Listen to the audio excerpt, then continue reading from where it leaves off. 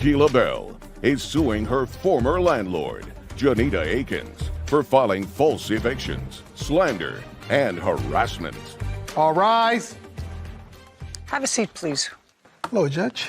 Case 3076, Bell versus Akins. Thank you. You're welcome. Miss Bell, Miss Akins was your landlord for a period of time. Yes, ma'am. Were there two separate houses? She lived in one, you lived in the other? Yes, ma'am. But you were next door neighbors. Right next door. So you have a rental home. Yes, ma'am. How large a home is it? It's a 2-bedroom. Who lived there with you? Me, my daughter, and my 21-year-old son. You have dogs. I have 2. When did you first lease the house from Miss Akins? I leased from Miss Akins September 29th of 2022. And what was the rent you were paying? $87. A month. Yes, ma'am. So that means you were receiving Section 8 housing, they were paying the rest. Yes, ma'am. And how much rent were you receiving? A total of $750. What does your son do? My son works at a Steak and Shake restaurant in our hometown. And your daughter? She works also. At what? Clothing store. And you? Steak and Shake also. So you have 3 full-time employed people living in your house. Yes, ma'am. How do you qualify for Section 8 housing? Well, everybody at the same time just started working at the home. I no longer receive Section 8 at this time. Well, I know that you don't because you say that you don't, and that's part of your complaint against her, that because of the fact that she filed all these eviction notices against you, you lost your Section 8 housing. That's what you say in your complaint. I let it go. Well, I just want to know how you were getting it in the first place. Yeah, I didn't have employment when I started receiving it. So it wasn't because of her that you lost your Section 8 housing. It was because there were 3 employed adults. No, So it wasn't because of her. it was because of her. Impossible. That's impossible. Okay. All 3 of you were working when you lost your Section 8 housing. Yeah. Then with 3 adults working, the government shouldn't be paying $750 or $700 for your rent, and you're only paying $87. Well, it ended up changing from $750. Well, from my $87, I ended up paying $350. When my income went up, I ended up paying the $350 in rent to Miss Akins. How long did you live there? A year. So I'm crossing out the part of your complaint that alleges that because of her conduct, you lost your Section 8 housing. You lost your Section 8 housing because you didn't qualify for it. No, I still had it. What I'm saying to you as a taxpayer, you shouldn't have had it. 3 adult people working in your household, and the rent is relatively minimal. $750 is a relatively minimal rent. It means that each of you were paying $200, about $200 a month rent. I'm certain that even with minimum wage jobs, that's a reasonable rent. Okay, so she filed several eviction notices against you. Mm-hmm. When, for the first time, did she file an eviction notice against you? And can I see the papers, please? I found drugs in the kitchen. No. You're not answering my question. My question was, when did she first file an eviction notice against you? Mm-hmm. That requires a date when she filed an eviction notice against you. 11/1. I have a few of them, Your Honor. No, when was the first time? Just answer my question. When was the first time she filed an eviction notice against you? October the 15th, I believe it was. Okay. October of what year? 2022. May I see it, please? The basis for it. Did you say October of 22 or September of 22? October. October. So a month after you moved in. Yes, ma'am. Okay. It was filed the 26th of October. Okay. 21st, I'm sorry.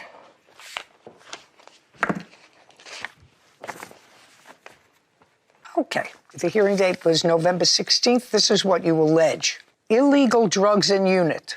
Mm-hmm.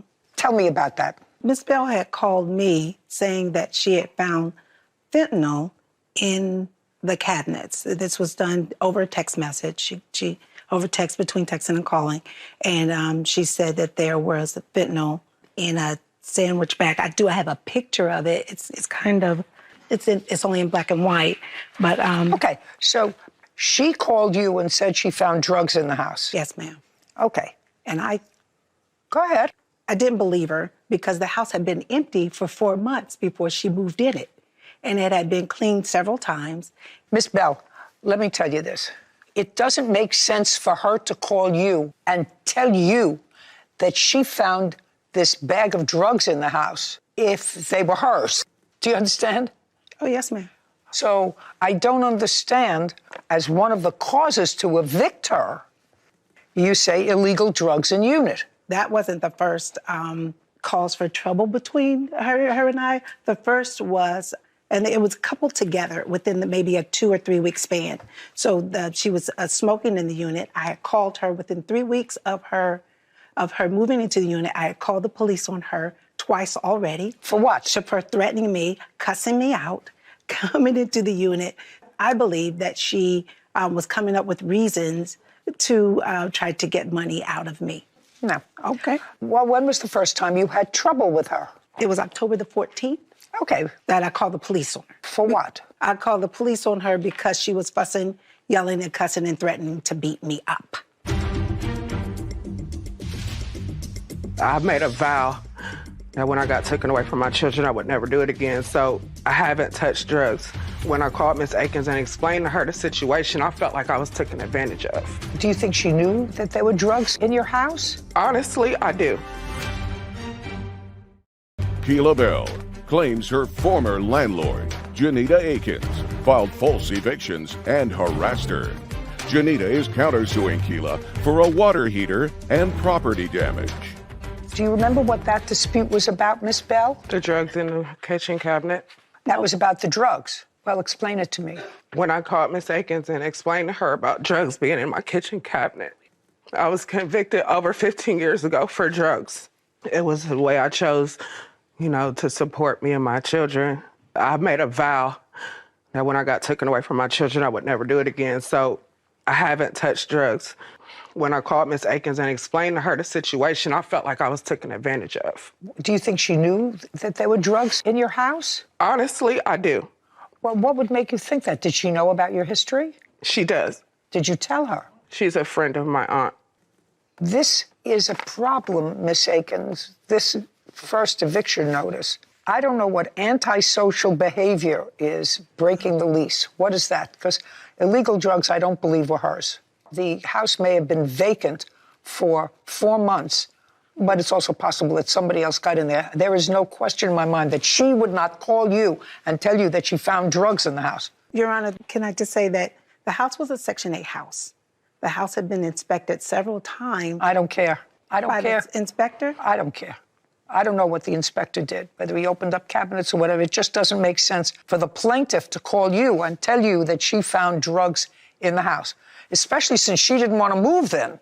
She didn't want to move out of the house. So why would she call you and say there were drugs in the house? I mean, I can understand if she called and said, listen, there are drugs in the house and I don't like what's going on here, so I want to move. But it doesn't make sense for her to call you. She didn't say she wanted to move. No, I said to you, it doesn't make sense for her to call you.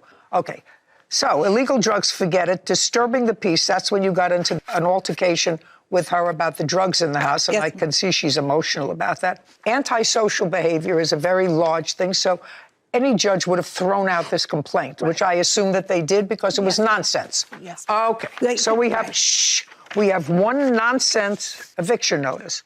When was the next eviction notice? The next one was 11/1. When was the next eviction notice you filed against her, Miss Akins? I filed that personally. I hadn't had a lawyer an attorney. I don't care at the time. whether you had a lawyer. So it's nonsense.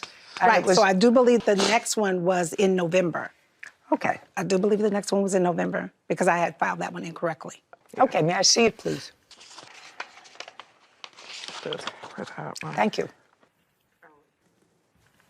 Okay, so this one says non-payment. Did you pay your rent in December? Yes, ma'am. What non-payment did you sue her for? Keila was constantly late with the... She only lived there for 2 months at the time. Right, so... She lived there October, November, and this was filed December 6th. So what non-payment? She was late with that month's rent. Just a second. Non-payment. This was filed December 6th. December 6th, right. Rent is due on the 1st. Okay. Did you get paid from Section 8? Yeah, I do believe. Just a second. So you got paid from Section 8, and at that time, Section 8 was paying the vast majority of it. She was only paying $87. So there had to be another reason that you were moving to evict her, other than this minuscule payment, and it was only the 6th of the month. It was also about her pit bulls, right? I had asked her when we set up the lease, and I met with her, before she moved in, she told me she had a dog, and I accepted Keela. The only way that I accepted Keela was that if she had a kennel put in the backyard for her 2 pit bulls. I have a grandson. Was it in the lease? Yes, ma'am. May I see the lease?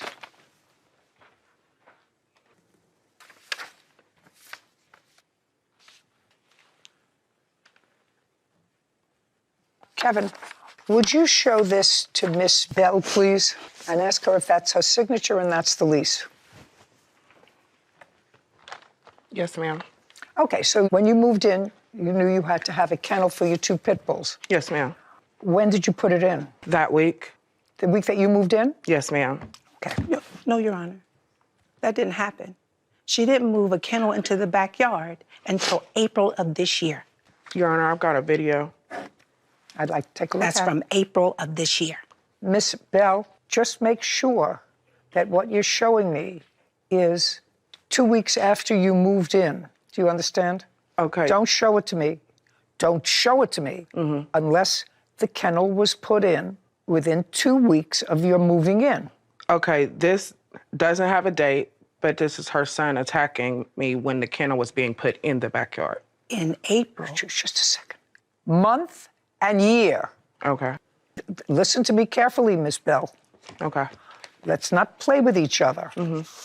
Was the kennel put in April of 2023? No, ma'am. The kennel was put in October when I moved in. Okay. And did you purchase the kennel? Did you purchase the kennel? No, I did, but I bought it from a friend. Miss Bell, you know we're in trouble here. I don't have a receipt for it. This last one was filed in December of 2022, and it alleges violation of the lease. Was the violation of the lease in 2022 that you're referring to the lack of a kennel in the house for the 2 pit bulls? Yes, ma'am, that's part of it. Well, the other one is utility shut off. What does that mean? So her utilities had gotten shut off. When the gas company came back out to restore service, it done something to my hot water tank, to the hot water tank. She or someone with her lit a self-igniting hot water tank, right, that destroyed the hot water tank in the property. So I then had to shell out I got a red tag. almost $900 to replace the hot water tank. So far, I don't believe that you put in a kennel when you moved in, so she's allowed to file this eviction notice. When was the next one? I want you to understand that I believe Yes, ma'am. that you didn't put in a kennel for the dogs I hear you. until April of 2023. You hear me? When you moved out, did you leave things of yours there? No.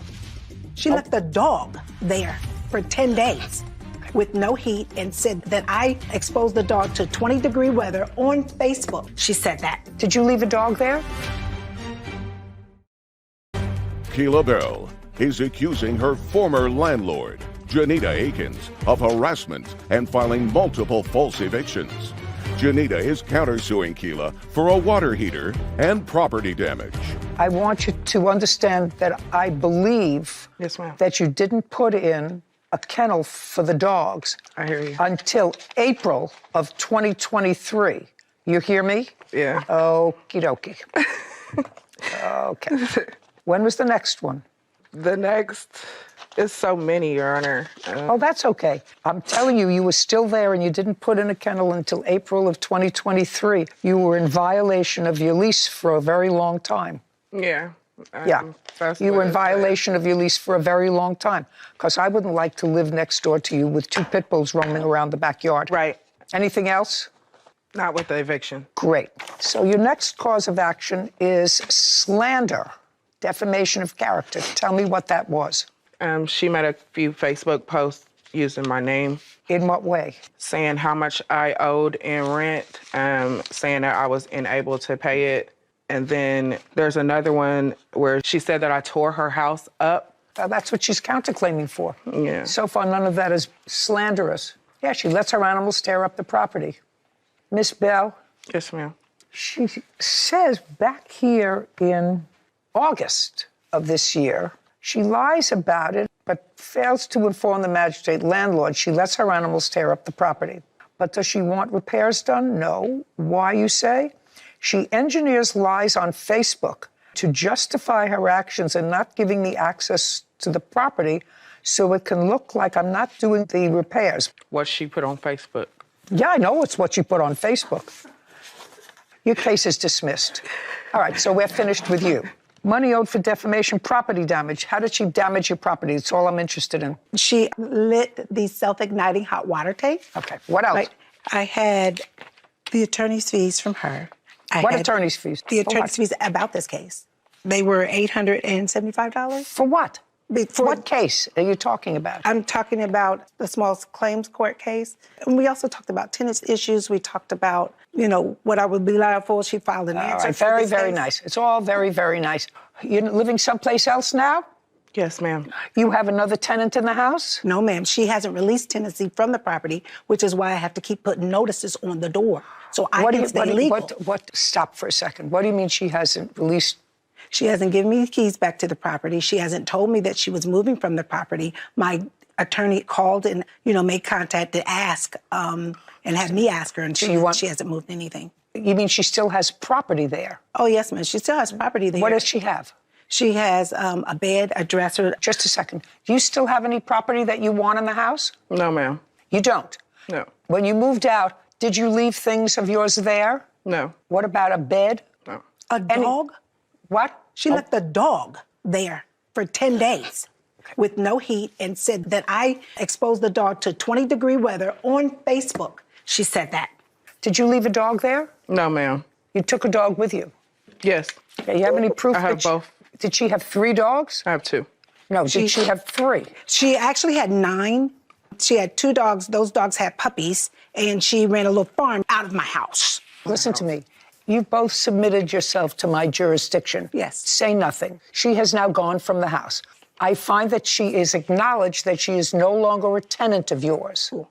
Anything in the house that you do not want to keep that you think was hers, you can dispose of. Sell it, throw it away, change the locks on the door, the tumbler. If she didn't give you the keys back, change the tumbler. I will prepare that order and I will sign it. And you agree with it, Yes, correct? Ma'am. Yes, ma'am. She's going to dispose of any property that's there. She's going to change the tumbler this week because ma'am. he should do that anyway. Yes. Okay? She don't own the house. I don't care who owns the house. She was your landlord. That's what she says. So if she wants to do that, she can do that. But you have nothing there that you claim is yours anymore, and you are no longer a tenant in that house. Correct. So whoever owns the house can get rid of whatever they want, can change the locks on the doors. Do you understand? Oh, yes, ma'am. Perfect. We're finished. We'll prepare the order for you. Thank you. Wait. Bye. This court is adjourned. Overall, I think it was fair. I like Judge Judy. I think that she is fair, which is why I agreed to come. It was ongoing harassment, the everyday coming home with a paper posted to the door. I got a 24-hour notice that I put on the door so I could go in and check the heat and discovered that she had left the dog there after she had moved, after she had transferred her utilities. The only dog that was in the house was her. She left the dog there 10 days. My daughter was burned by a stove that was on the property, 3rd-degree burns. I'm sorry your daughter got hurt, if she got hurt. I wasn't there. I think stoves are usually user-friendly. She said that she's not on the lease, so she wasn't going to replace it. The stove was her responsibility. I will never rent from her again, and hopefully anybody that sees it runs. I am so elated that she's gone. I'm just in a better place. What I would say is, America, don't do drugs. So I have to tell you one of my pet peeves as both somebody on the bench, but more than that, just a citizen. There is a swath of people who are Americans who live in this country that need assistance, who work, some can't work, but who work and can't quite make it. I can't tell you how it bothers me when somebody has 3 employed adults in their house and applies for and accepted for government-assisted housing. She knew she wasn't entitled to it. You know, you could tell from her look that she knew she wasn't entitled to it. And it's just too bad that the government is so inept that it can't ferret out those people who need and those people who want. Well, there's a big difference. Need and want are two different things. It just constantly surprises me, the inefficiency of government. And really, the way some people will spend more time scheming to get what they're not entitled to than they will spend moving their lives forward in a positive direction. It is a very tricky system. You know, I've dabbled in just seeing what the process would be like of applying for any sort of government assistance and just to try and understand litigants a bit better who have gone through it. And it's complicated. It's nuanced and complicated and online, and there are multiple forms, and this one has to go before this one. I feel like if you're able to complete that, you have a skill that could be used in a productive way to make it so that you don't need to figure out that whole scheme. That's a good point. I never thought of that. Yeah. Suing her former customer, Ashley Satimi, for slander and the cost of 2 miniature pigs. Court come to order. All rise. Have a seat, everyone. Hello, Judge. Case 3029, Garlic versus Simiti. Thank you. You're welcome. Miss Garlic, you have a business. I don't know if this is your main business, but you sell miniature pigs. That is correct. This is one of my major businesses. How long have you been doing that? About 18 years. You have photographs of what your pigs look like? Sure. Yeah, take a look at them, please. Do you want the ones that she got off of me? No. Oh, adult ones? I do have some adult ones. There's a couple photos for her. Okay. I'm going to try to simplify this if I can. And these are babies, or are these? Those are older ones. They're Like adults. a year old, 8 months to a year How old. much do they weigh? Typically, if you feed correctly, anywhere from about 12 pounds up to about 40 pounds. About the size of a medium-sized dog. Okay. And do they live in the house? These are house pets. So they're litter box trained. I try to train them before they ever leave. I spend a lot of time with that. Okay. How much do you sell them for? Typically, my prices range between about $2,000, depending on age and size, up to about $3,500. And I assume that in this business, the smaller they are, The more they cost. the more they cost. Well, to sort And of also like, the younger they are, the more they cost. okay. You were buying these as pets for yourself, Correct. and you were going to buy 2. Yes. Where did you see the plaintiff advertising the piglets, or did you hear it by word of mouth? Just Google. Just tell me what would inspire you to get a pig instead of a dog. Well, I have 3 dogs and 3 cats. But I went to the state fair and I saw them in the piglets in the birthing barn. Okay, and you fell in love. Got it. There we go. Got it.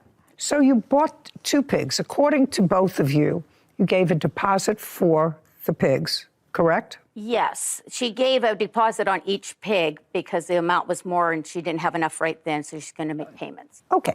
And in total, she paid you how much? She paid me $1,500 deposit on each piglet, and then she gave me 3 payments of $250 Zelle payments, which she was split the pay for $250 every 2 weeks. Okay, so she paid you $3,750 altogether. Yes, which she's reversed all that. I understand. Oh, that. okay. And the total purchase price for the 2 pigs that she purchased? Okay, each one was $2,700. Okay. And well, let me go through something that each of you agree on. She purchased 2. You sent them to her. Correct. In transit, before she got them, one of them died. Yes, due to complication in Spain. Okay, One of them didn't die in your custody. Correct. Died in transit. correct, Okay, so we don't know, but we know that certainly the correct. piglet didn't die of old age. It died in transit, so she only received 1 Right. at that time. And what was the date of that? She had it delivered on the 21st of September. Okay, and when you contracted for these piglets, Miss Satimi, did you sign a contract? I did not, no. Did you get any paperwork at all from her? I have text messages stating the amount owed. No. Do you have a contract? Didn't have a contract with her. I did send her multiple Well, just a second. You didn't have a contract No. with her. So you got the pig, and There were no other terms that were agreed to was. by both of you in writing other than the price. And what was the total price? $5,400 is what she owed total. And of that, she gave you $3,750. Okay. At some point, you took another piglet, Miss Satimi, to replace the one that had died in transit. No, when Miss Just a second. Well, you say you did, so you got to get your story straight. At some point, you accepted a second piglet from the plaintiff to replace the one who had died in transit. It was get the pig or get no money back. So those are my two options. Just a second. Well, that's true, Miss Satimi, because you don't have a contract with her, according to you, Yep. that you can show me. She doesn't either. So in a contract for an animal that I know I've purchased over the last 60 years from a breeder, it usually says that there is a health guarantee until you take the dog to a vet, or if the dog has a congenital illness and it's discovered by a vet, you get either a return of your money or pick of litter. There are all kinds of terms contained in a contract that I know I've always gotten, and so you understand them. If you bought these pigs for her and you bought them without any written conditions, then she has to. I do have a written thing that was sent to her. I don't care whether it was sent to her, whether or not she acknowledged it. You can't have a one-sided contract. Agree. You understand that. I do. You don't have a one-sided contract. So unless she agreed to that someplace, which she clearly did not, that's meaningless, what you're going to show me. And if you pay attention and don't shout out, maybe you'll find out that what I'm saying to her is to your benefit, and you're not supposed to interfere when the fact finder seems to be finding in your favor. So she was under no obligation to return your money. No, she had. So I'm just telling you, you accept. The answer is you accepted a second pig. Yes, I did. Yep. Was it in September? It was. I didn't. Yes. In September. On what date did you accept the second pig? The second pig, I did not receive that until a month later, which was October 19th. Fine. So these are a couple of questions I have specifically for you. The first pig that you got from her on September 21st is named what? That is alive. Yes. That is Bacon. And what did you name the second pig that you got on October 19th? That was Hammy. And according to your papers, you took Hammy and Bacon to the vet on the 28th of October. 26th, I brought them to the vet. That's different from what you said here. I assume you have the paperwork from the vet.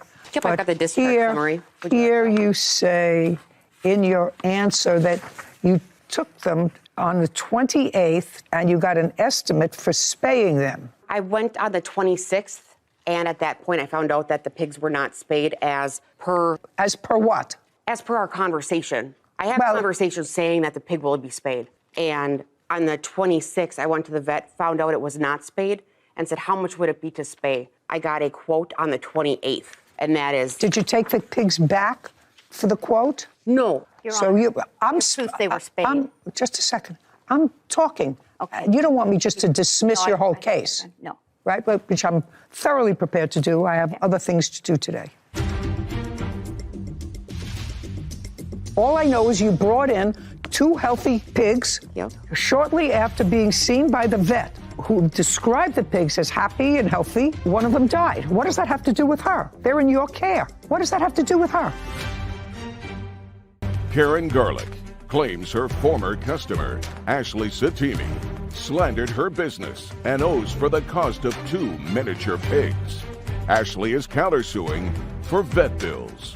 On the 26th, you took the pigs to the vet. Correct. Were the pigs given ivermectin? Yes. Both of them? Yes. May I see, by the way, the vet papers from that date? Absolutely.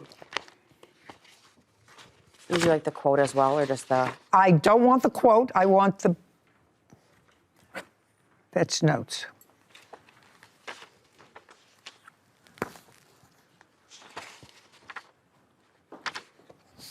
So you had both pigs from the 19th of October until you took the pigs to the vet on the 26th. So the 19th, 20th, 21st, 24th, 25th, and 26th. Yep. Correct? Yes. Yep is not an answer. Yes. And when you went to the vet for the pigs, according to you, the pigs were, and according to the vet, Yep. Yes.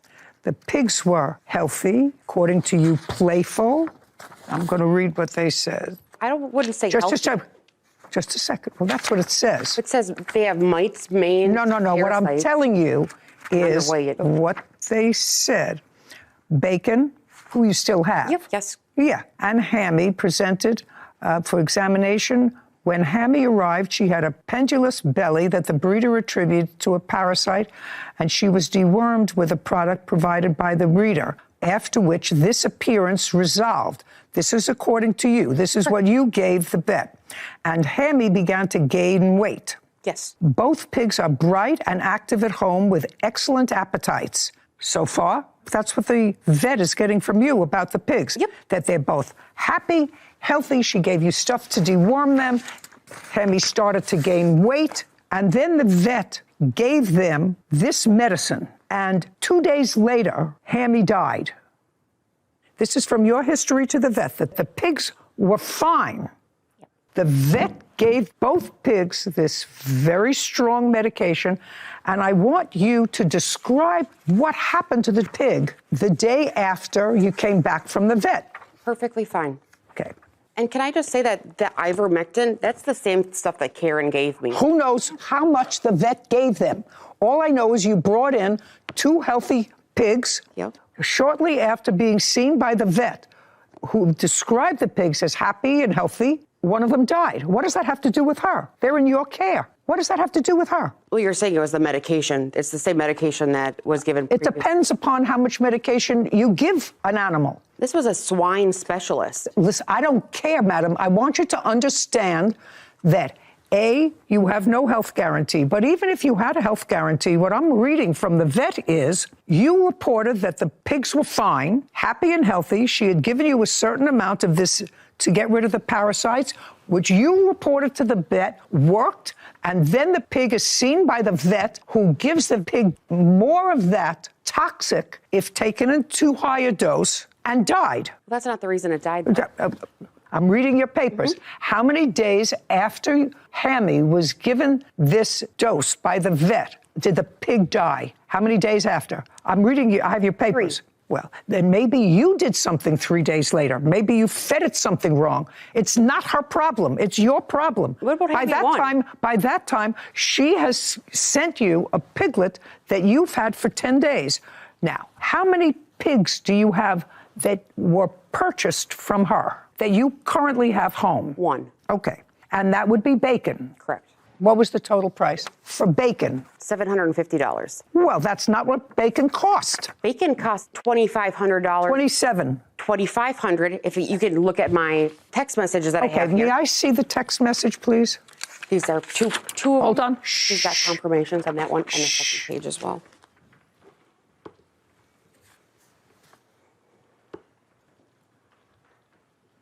Okay, cash price $4,900, Karen. Finance price is always more. I don't charge interest. Me.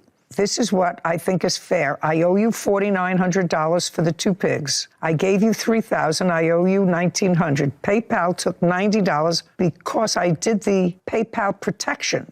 I will absolve. You mean absorb that and round the remaining out to $2,000. I pay you $250 each week. Every other week.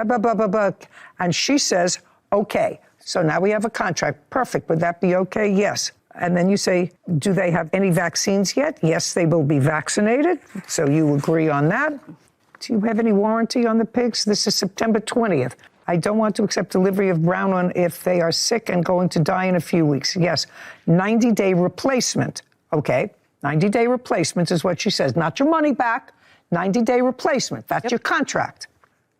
Could you please now show me where she agrees to, I don't see it, and I don't want to look through this whole thing. Show me where the price includes spaying. That would be on her website. No, it's not on the website. No. I have a. Just a second. Show me there, which is what I asked you for, there in the Even messages. better. How about a voicemail from her where she has stated that they're going to be... Could you just do me a favor, madam? Yeah. Would you show me there? I believe it is a verbal voicemail from her. I don't believe it is written. I believe it's verbal voicemail. What do you mean you believe? I don't think it's in this. So it's not in that. I will continue looking. Yeah, but I know continue that I have continue looking. I will. It's not in there. No. Okay. Now you say you have a voicemail where she says that the $4,900 includes spaying. I'll hear it. I absolutely do. By the way, were they two females that were brought? Females. Okay. Your Honor, I spay Stop. all the males, but I never spay females. Listen to me. Okay. She says she has a voicemail that says that the $4,900 for the two pigs includes spaying. I'd like to see. She says she has it. I want to see it.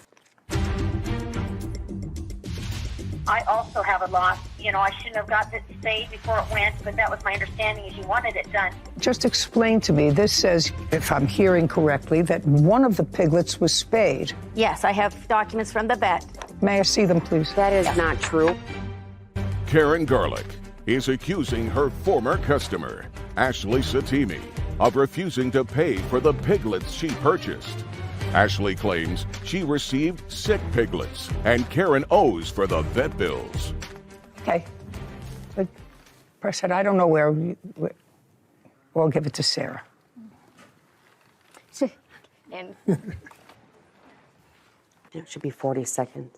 so we're both at a loss with this because I haven't had this happen either. You know, I understand where you're upset you lost the one. So please get a hold of me so we can get something worked out because I understand your frustration, but you got to understand mine as well. I also have a loss. You know, I shouldn't have got it stayed before it went, but that was my understanding is you wanted it done prior to going, and that's the discussion I had gotten from you, and so I went and got that done. Plus, you couldn't take her until after the 17th, so we had to arrange the shipping, you know, after that point, so the other one's getting delivered also tonight. But, you know, this kind of puts me in a predicament.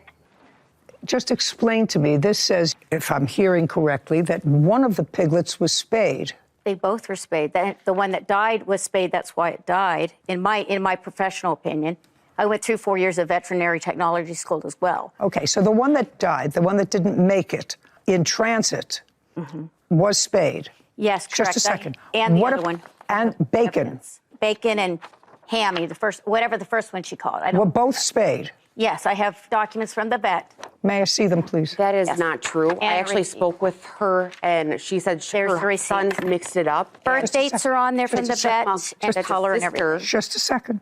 I actually called the vet as well. You can't tell me what the vet said to you. What color are the pigs that you got? They are chipmunk color, but there are multiple in their litter. She tried selling me two. Just to answer my question. they're chipmunk What are color. they? They're chipmunk They're just color. brown. Yep. One of them striped I'm not sure what you would consider. That's what straight. chipmunks is called, striped. and red and white. That was the one for sure. They were both spayed on September 13th. Correct. Now tell me, you went to reverse all the charges that you had paid for her because you had paid her a certain amount of money, $3,750. Did you get all that money back? No. How much did you get back? $3,000. And then the Zelle account suspended that. Just a second. They took it from me and they've got to suspend it because she claimed Just I a was second. fraudulent. Just a second. She now has two pigs. What happened to them in her care is, as you understand, is not. I have one. I don't care whether you have one now, madam. I just told you you had two pigs that were healthy according to the vet. After you had had the replacement pig for over 10 days, it died after it had seen a vet that reported it healthy. You say it was 3 days. If it was the next day, I would say it was the shot the vet gave him that caused her to die. But you said it was 3 days later. I don't know what you fed it. I don't know what you did to it. I don't know who else took care of it. It's irrelevant. She's entitled to her money for two pigs. And if you had that reversed by the bank, you can't do that. You had a 90-day replacement for the pigs, and she replaced it, and she has received zero money. $750. That's zero money. I don't have it. And I don't believe that it's on hold either. It is. Just a second. You don't have what? The $750 I sent her, I did a dispute on it, and they said that because it was not fraudulent, she still has it. For the $5,000 that these two pigs cost, you paid, according to you, $750. That's correct. Well, you owe her the rest.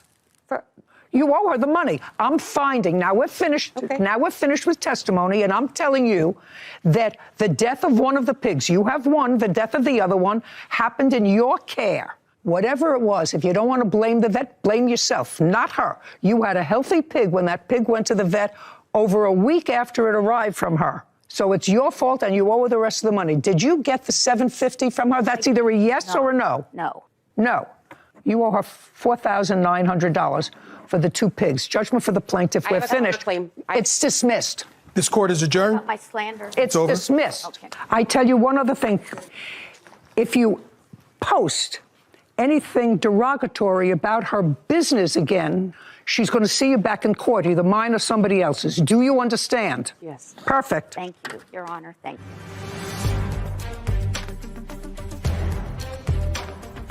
Some people think they get something for nothing anymore, and it's just the way it is. People try to cheat you. You know, I got 3 pigs from her. 2 of them died. You know, I get so attached because I'm very passionate about my animals. I'm very passionate about my business and my customers. And 2 out of 3, that's not a good record. So this is just really heart set to me because 2 pigs dying, there's something goofy going on there. anytime a little animal dies like that, I take heart. Moral of the case, if you're going to spend thousands of dollars on a pet, have a contract in writing as to what your expectations are so that you have a price, you have whatever guarantees there are, you have whatever exchange policies there are. Because what happened in there is I had to create a contract out of Nothing, out of text mails, voicemails. out of text messages. I agreed to pay. Yes, well, that's a meeting of the minds as to a term.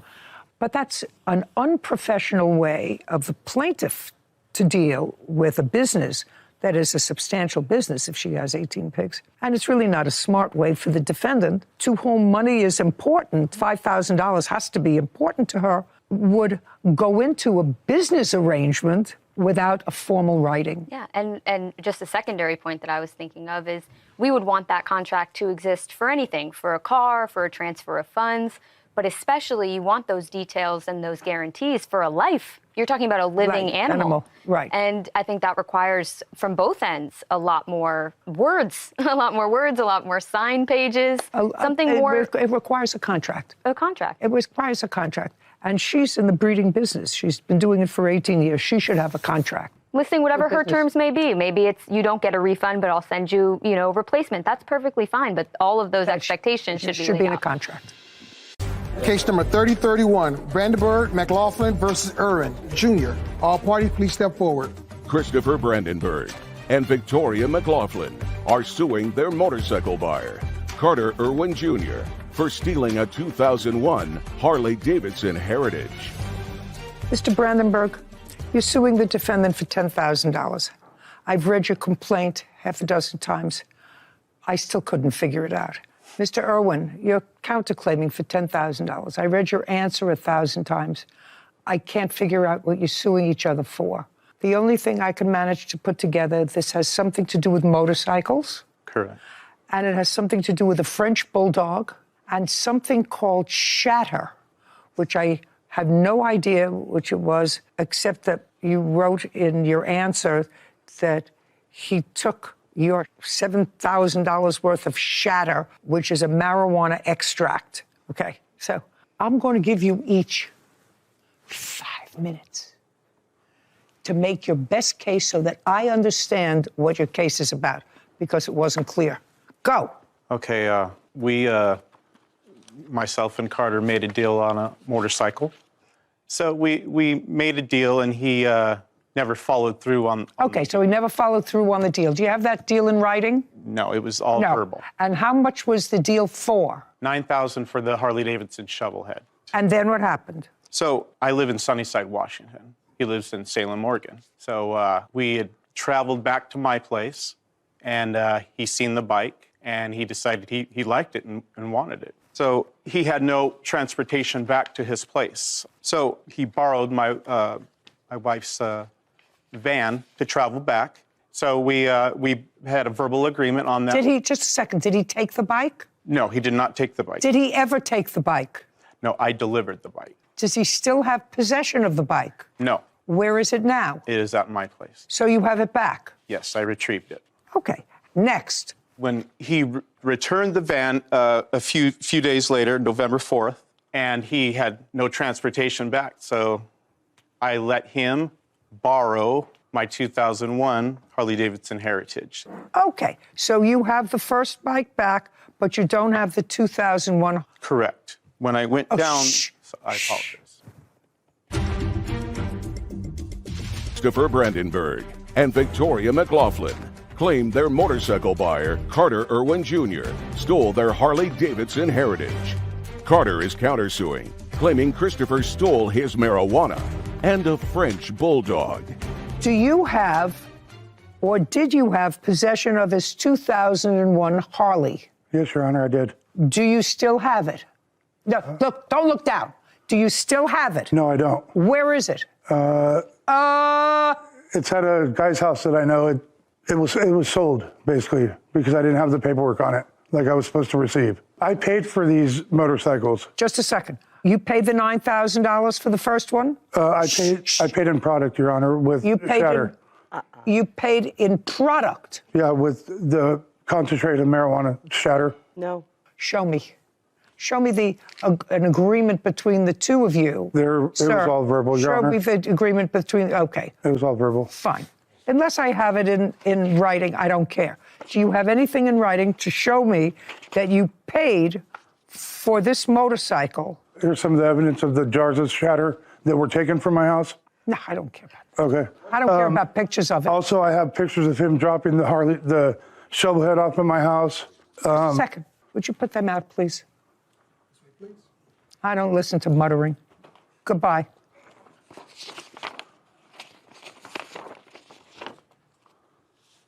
Is what you're telling me that you paid for this 2001 Harley, which you have, with a marijuana derivative? Along with $1,500 cash, Your Honor, yes. So I want you to show me where you get the $1,500 in cash from. Well, see, we didn't do receipts. We didn't do a written contract. We didn't have any. I didn't ask you that. I want you to show me where you got $1,500 in cash from. You have a bank account. You withdrew $1,500 from the bank account. That's all I want to say. I don't have that with me, Your Honor. Well, this is the dance, sir. There's not an encore to this dance. There's only one a dance. Text message saying that he was going to pay us $9,000. May he I? was going to transfer it. May I see it, please? Sure may. Okay, easy. This bottom one right here. Easy.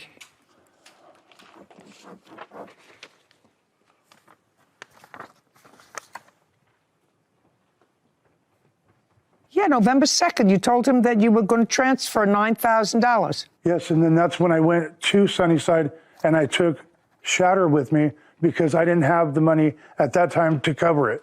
So Don't be ridiculous. I don't believe a word you're saying to me. Okay. All right. Now we're going to talk about the dog. Tell me about the dog. It was an 8.5-month-old, according to what I read, French bulldog. I'm the one that dealt with the dog stuff. Can I step over? Who owns the dog? I do. I have Fine, then you paperwork can, from. Just a second. Yeah, let her. Transfer over there. Tell me what happened on the 28th of October with this dog. Carter expressed that he would like a French bulldog Who's or a Carter? mix. Carter.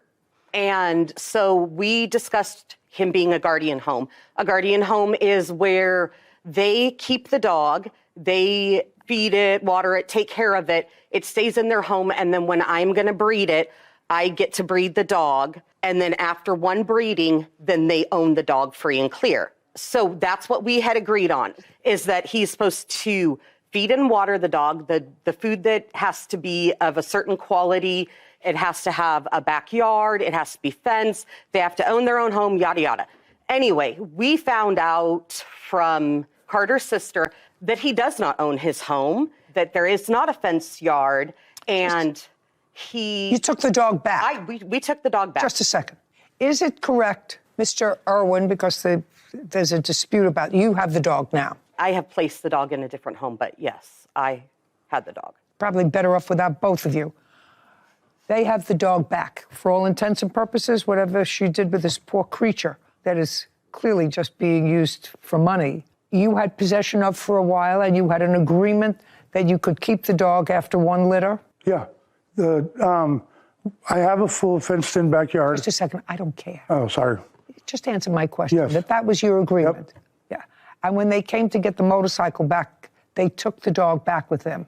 Yeah. You have a counterclaim. You want the dog. Yeah. You can't have it. The dog is gone now. It's some other poor home because none of you really have this dog's best interest at heart. As a pet, you're using it to make money. That's it. Okay. So this is my ruling in this very complicated case. They're going to get their motorcycle back. They're going to get that because you're going to tell me in a neutral location and a time and a date when and where they should pick it up. Tell me now. Let's say the 15th. 15th of this month? Yeah. 15th. Where should they pick it up? Anywhere. Anywhere in Salem. The police station? Police station. Yeah, Great. What time of day? Say by noontime. Noon. High noon. High noon on the 15th. Motorcycle transfer. The puppy is in another home. This case is over. Goodbye. This court is adjourned. I thought she was firm but fair. I mean, everything he said was fabricated. Well, I don't agree with it, but it is what it is, and I'll make it right. That the girlfriend handed the dog over. He never owned the dog. He was supposed to be being a guardian home for it. Well, they didn't give me an opportunity to. They just came to my house, physically took the dog out of my old lady's hands. And he wasn't treating the dog how we felt was appropriate. There isn't a friendship. Oh, it's done and over. I would suggest that nobody do business with that guy or even, associate with him. You know I don't care about motorcycles. They'll each get their motorcycles back, and I really don't care. And I certainly don't care about shatter, although I'm glad I learned what the term meant, because you like, at my age, to learn a new thing every day. It keeps you... Learn something new every day. What I am so sad about is, every decade or so, there's a popular dog, that everybody's got to have. It's the dog. And then people started to breed them as hobby sports. And they don't know anything about breeding. Yeah. As an animal person, that these little creatures won't have a chance to have any sort of a pleasant, normal life because they're going to be used for breeding and then discarded. It actually outrages me. So you were at the park. She came up to fight me. That is not true. It seems as if somebody was kicking somebody. That was me. I kicked her. That was your fault. Yes, ma'am. Love a person who tells the truth all the time. This is Judy Justice. Bailiff Cassandra Britt is standing in for Bailiff Kevin Rasco, and Law Clerk Alexi Mincer is sitting in for Law Clerk Sarah Rose.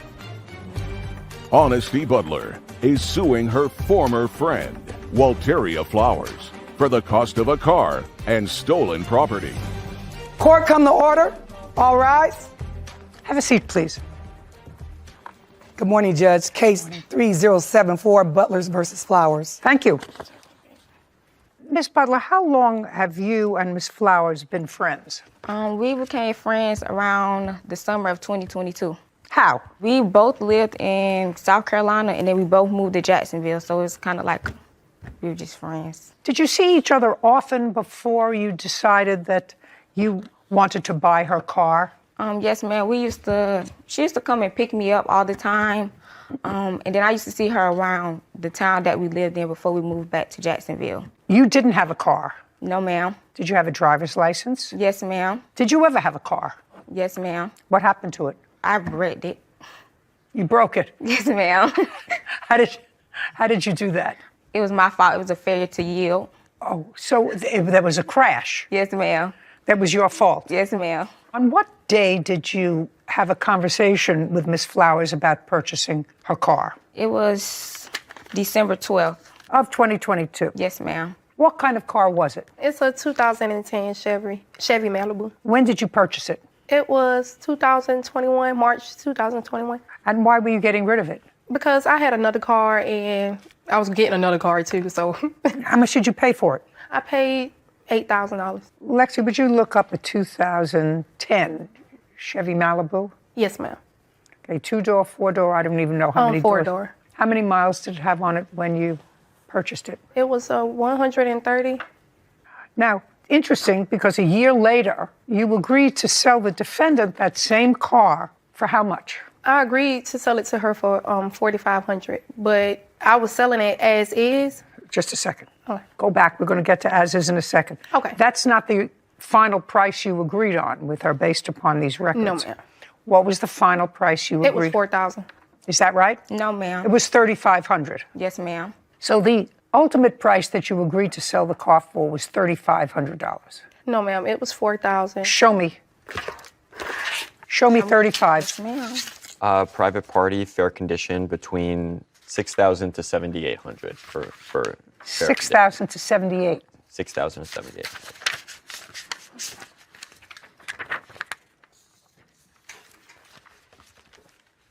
Thank you.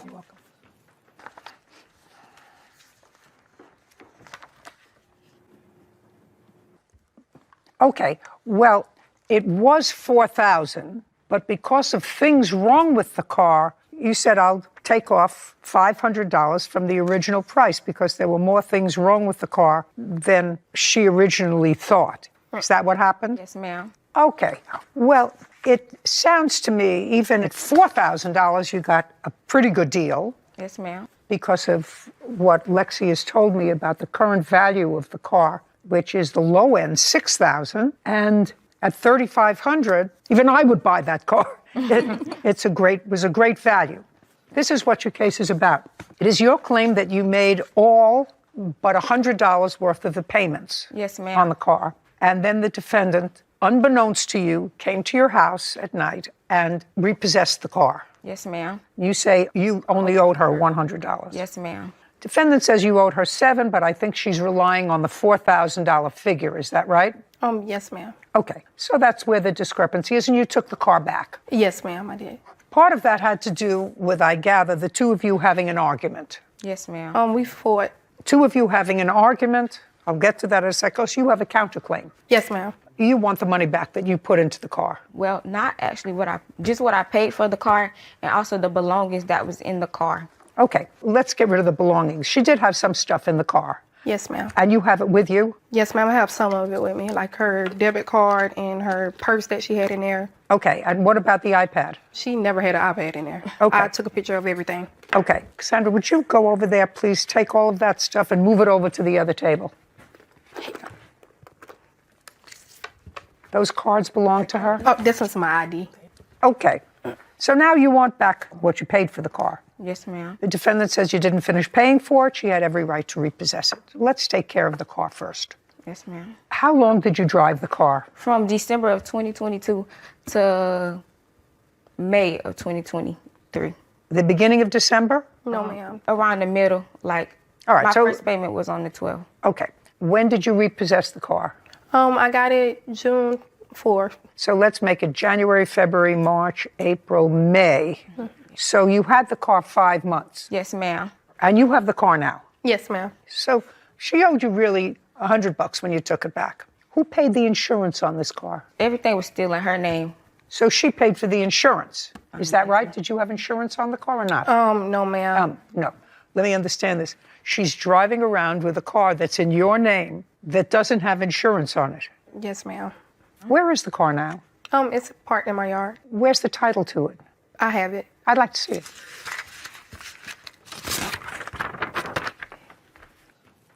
And you repossessed the car just a few months ago, is that right? No, ma'am. June 4th. Yes, ma'am. Well, that's a couple of months ago. Oh, okay. Great. Where's the back of this title? I just sent it as evidence. I don't have the title with me, but that's the title. It's in my name. Have her sign this. You're signing over the title to the car for her. Sign it over. I'll notify. Sign it over to her. We're going to give you the $100 that she owes you. Sign it over to her. You do understand, Miss Flowers, you came here to court today from where? Jacksonville, Florida. And you want to get home, right? Yes, ma'am. And you've got an appearance fee for coming here? Yes, ma'am. Right, all that's being withheld until you sign the title over to her. Do you understand? Okay. Great. Okay. So now you're going to have 5 days to get your car. Your Honor. And I'm awarding her on her counterclaim. You got your property back. I'm awarding her on her counterclaim. So far, $100, because that's what you owed her on the car. And it was done a few weeks ago. The car is there. Within 5 days, with a marshal, go and pick up your car. Do you understand? Okay. Within 5 days of today's date, she's coming to pick up the car with a marshal. Don't do anything to the car because you're not getting any cash until she has the car. Okay. Got it? Got it. Perfect. Honesty Butler claims her former friend, Walteria Flowers, owes for the cost of a car and stolen property. Walteria is countersuing for the balance of the car and an assault. Now, let's get to your counterclaim. I've already given you the remainder owed on the car, which is $100. But now your counterclaim is about an assault. Tell me when this assault took place. It took place on June 3rd. And what date did you retrieve the car, just from my memory? It was June 4th. Well, it was like 3 o'clock in the morning. Okay, so it was right after this fight. Yes, ma'am. Okay. So why don't you tell me what happened? Me and her, after, we got into the little argument about the car, I blocked her on everything and I just told her what she owed me. So she proceeds to threaten me, saying she would be at my house in my car, her and her cousin. So me and my... Can I see what you're talking about? Yes, ma'am. Did she tell this to you on the phone or in text? In text, miss. I'd like to see the text. I have a voice recording of her saying it. Oh, yeah, I'd like to see that. Even better. No, I'm deaf. It's even better. Now, is this argument, by the way, while you're looking for it, this argument was about the balance due on the car? Yes, ma'am. It was something before that, but then it led to the car. I guess it's the service in here. It's having trouble. You don't have service? If you don't have service on the phone so I can hear it, I'll look at the text. Okay. Right here. Okay, yeah, that's... Thank you.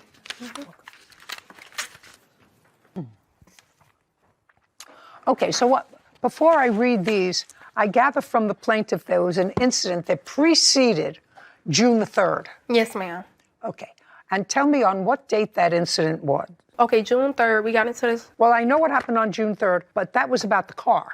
Oh, no, ma'am. It was earlier that day that we was talking about whatever happened. Okay, well, why don't you tell me about that? Okay, so it was something going around on social media about people being behind a fake page or whatever. So I was exposed on a fake page. She was exposed on a fake Snapchat or something. It was something like people saying bad stuff about people on the Snapchat. So you understand that? No. Okay, so it was someone I thought it was a younger thing, and I just didn't understand it. So that's okay. Explain it to him. Okay, someone made Snapchat, right? Okay, someone made a Snapchat that nobody knows like who it belongs to. They posted pictures of me on there saying bad stuff about me. They posted something about her also, and about my baby's father and other people. So Honesty texts one of the girls that they thought it was behind it and told them that it was me. By me and her still being friends, I was lost. Like, why would you text someone that's not even friends with you saying that it was me? So she said, and I have it in the text message, in the evidence, she says that, and if I did say that, y'all shouldn't be behind fake pages anyways, y'all too grown for that, keep me out of that. So I said, to solve all that, just pay me the money you owe me. To make it fair, just pay the money you owe me for the car, and I sign over the title, and we have nothing else to talk about. Then I blocked her. So then she gets on Instagram and texts me and made a voice message about, oh, I don't owe you such and such. I'll be at your house when I get off in your car or whatever to fight. So me and my friends was at this park called Lonnie C. And Honesty came out there and went live, was on Facebook Live, and I have the video. And was saying all kind of stuff on the live about me towards me. And that's when she came up to fight me, like at the park. Your Honor, that is not true. Yes. Okay. I have the evidence. Did you? Yes. Rumors were being spread, but... On the internet? on the internet. No one knows the source of the rumors. And then there were some allegations that maybe it was the defendant who was the source of the rumors. Right. Says not true, escalated, and then started live streaming a fight. Right. She get. Okay. You have the live stream? Okay.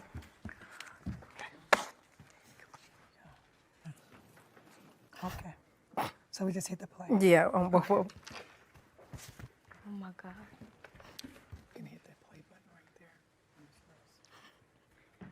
Lie, you a lying. I got all the messages, and don't play with me about no $700, because bitch, I will be at your house when I get off work. Hold on, play with me. I don't owe you no $700, and you know I don't. You better find somebody to play with, bitch. Works and plays well with others. Isn't that a check-off sign someplace? Okay, tell me what happened when you met with each other. I was at the park already, me and my friends, the witness. What were you doing at a park? How old are you? I'm 21. What do you do for a living? I'm in nursing school. How old are your children? 8 months and 2 years old. Who do you live with? It's me and my boyfriend. We got a house. Boyfriend, the father of these 2 children? Yes, ma'am. And you were at the park with your friend with your children? Oh, no, ma'am. It's just me, my friend, and my other friends. They always have stuff at the park, so. Where were your children? Well, one was in South Carolina, and the other one was with her grandmother. Which one was in South Carolina? My 2-year-old. Who was in South Carolina? I'm from South Carolina, so my family is there. Who was the baby with? Oh, her godmother. Why? Because we just sent her down there occasionally to be with her godparents. Okay. So you were at the park. You went to the park. No, ma'am, that is not true. I was with my friends and my cousin, and they had a graduation party. My friends was there. We went there after work. We was at the park first, which I can pull up the video and show you we was at the park first. They came to the park afterwards. I did not hit her first. She walked up to me because in the video, you're gonna hear my friend saying, "Friend, turn around, turn around." She hit me, and I don't understand how it's assault because as they're breaking up the fight, none of the people I was with May I broke up see the your fight. video Yes, where ma'am. she hit you first? I'd like to see that. Okay. Honesty Butler has accused her former friend, Walteria Flowers, of taking her car without permission. Walteria is countersuing, claiming Honesty assaulted her after taking the car back. She's going to show me a video, Miss Flowers. Yes, ma'am. And her video, according to her, let me just get this straight, is going to show you hitting her first. No, ma'am, it's not. It's not. I'm sorry. It's not going to show her hitting me first, but it's going to show me walking, and my friend is going to be saying, turn around, turn around. When I turned around and basically I dropped my phone, she hit me, and that's when we went to fight. But that's not going to be on the video. You're kind of going to see it a little bit. All right, I'll take a look at it. Okay. A little bit is better than nothing, usually.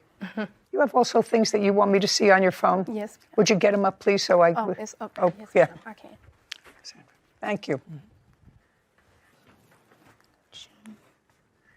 I have the fight right here. This sound is right there. I already turned it. The only thing you have to play is the play button. Okay, while she's looking for us, I'm going to take a look at this. And here you go. Who's the one on the ground? I'm on the bottom. She's on top of me.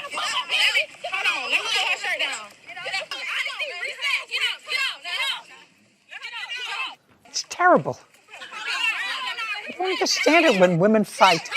It's just so... I mean, I can't understand when men fight either, but you sort of expect it of them. But I never understand how women can do physical contact with other women in anger. Can't understand it, not in anger either. All right, let me see what she's got.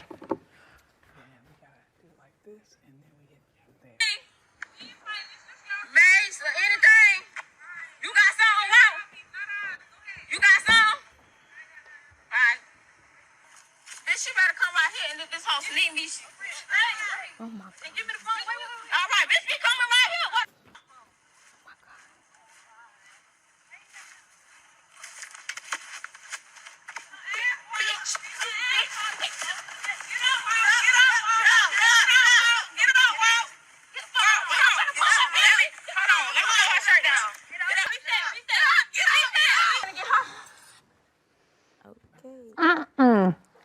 It looked to me like there were times in that video when she was on top and times when you were on top. I never got on top. She kicked me in the face and all while I was down. I would never got on top. Just said, were you wearing the red pants? Pajamas, yes, ma'am. Yeah, you were wearing the red pants. Right. I'll take a look at your pictures. It seemed as if somebody else who was in that mob, and it was very hard to tell, was kicking somebody. Your Honor, kicked me. that was me. I kicked her. We were fighting, and her witness is she jumped in the fight and she actually hit me in the head. Love a person who tells the truth all the time. Right. Thank you. No. Okay. Ladies shouldn't fight. You shouldn't be in the same place together if you're not getting along together. You don't go to the park together. But this was a fight. Look to me from that video is that you were both willing participants in that altercation.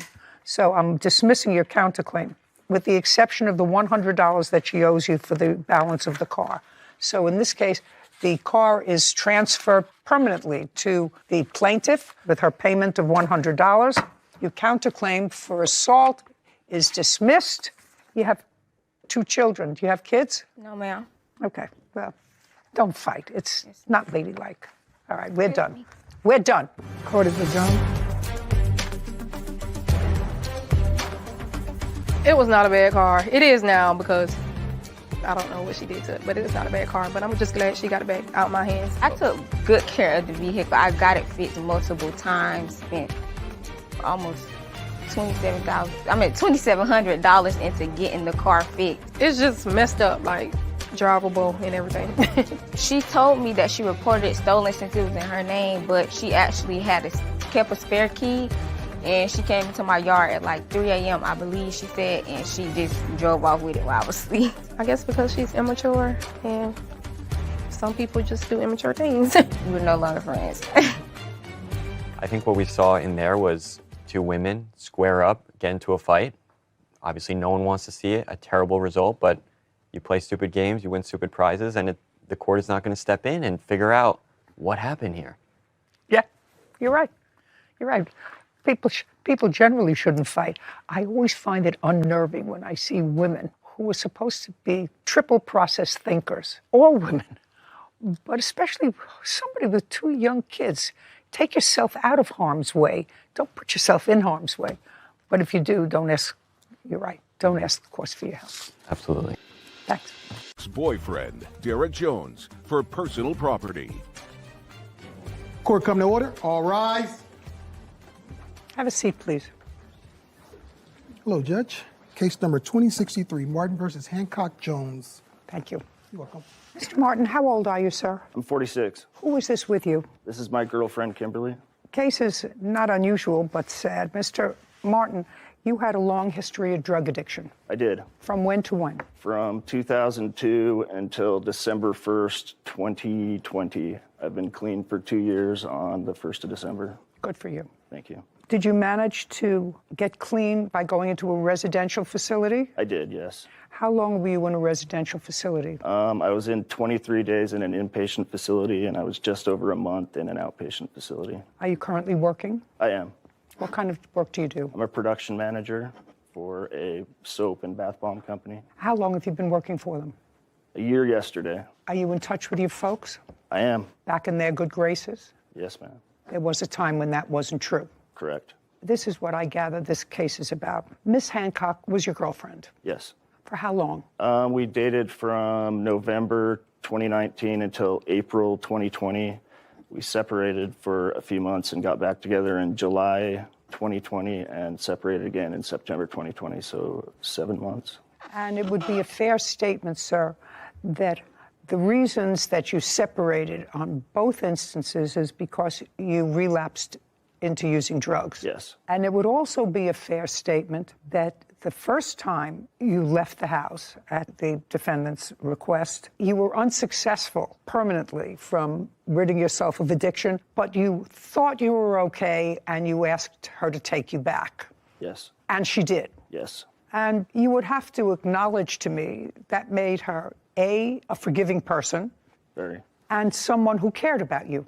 Yes. I say all that to you because it's not my job today to exacerbate what appears to be a strained situation, which I assume from your papers has resulted in a final protective order in favor of Miss Hancock, keeping you away from her for how many years? Permanently.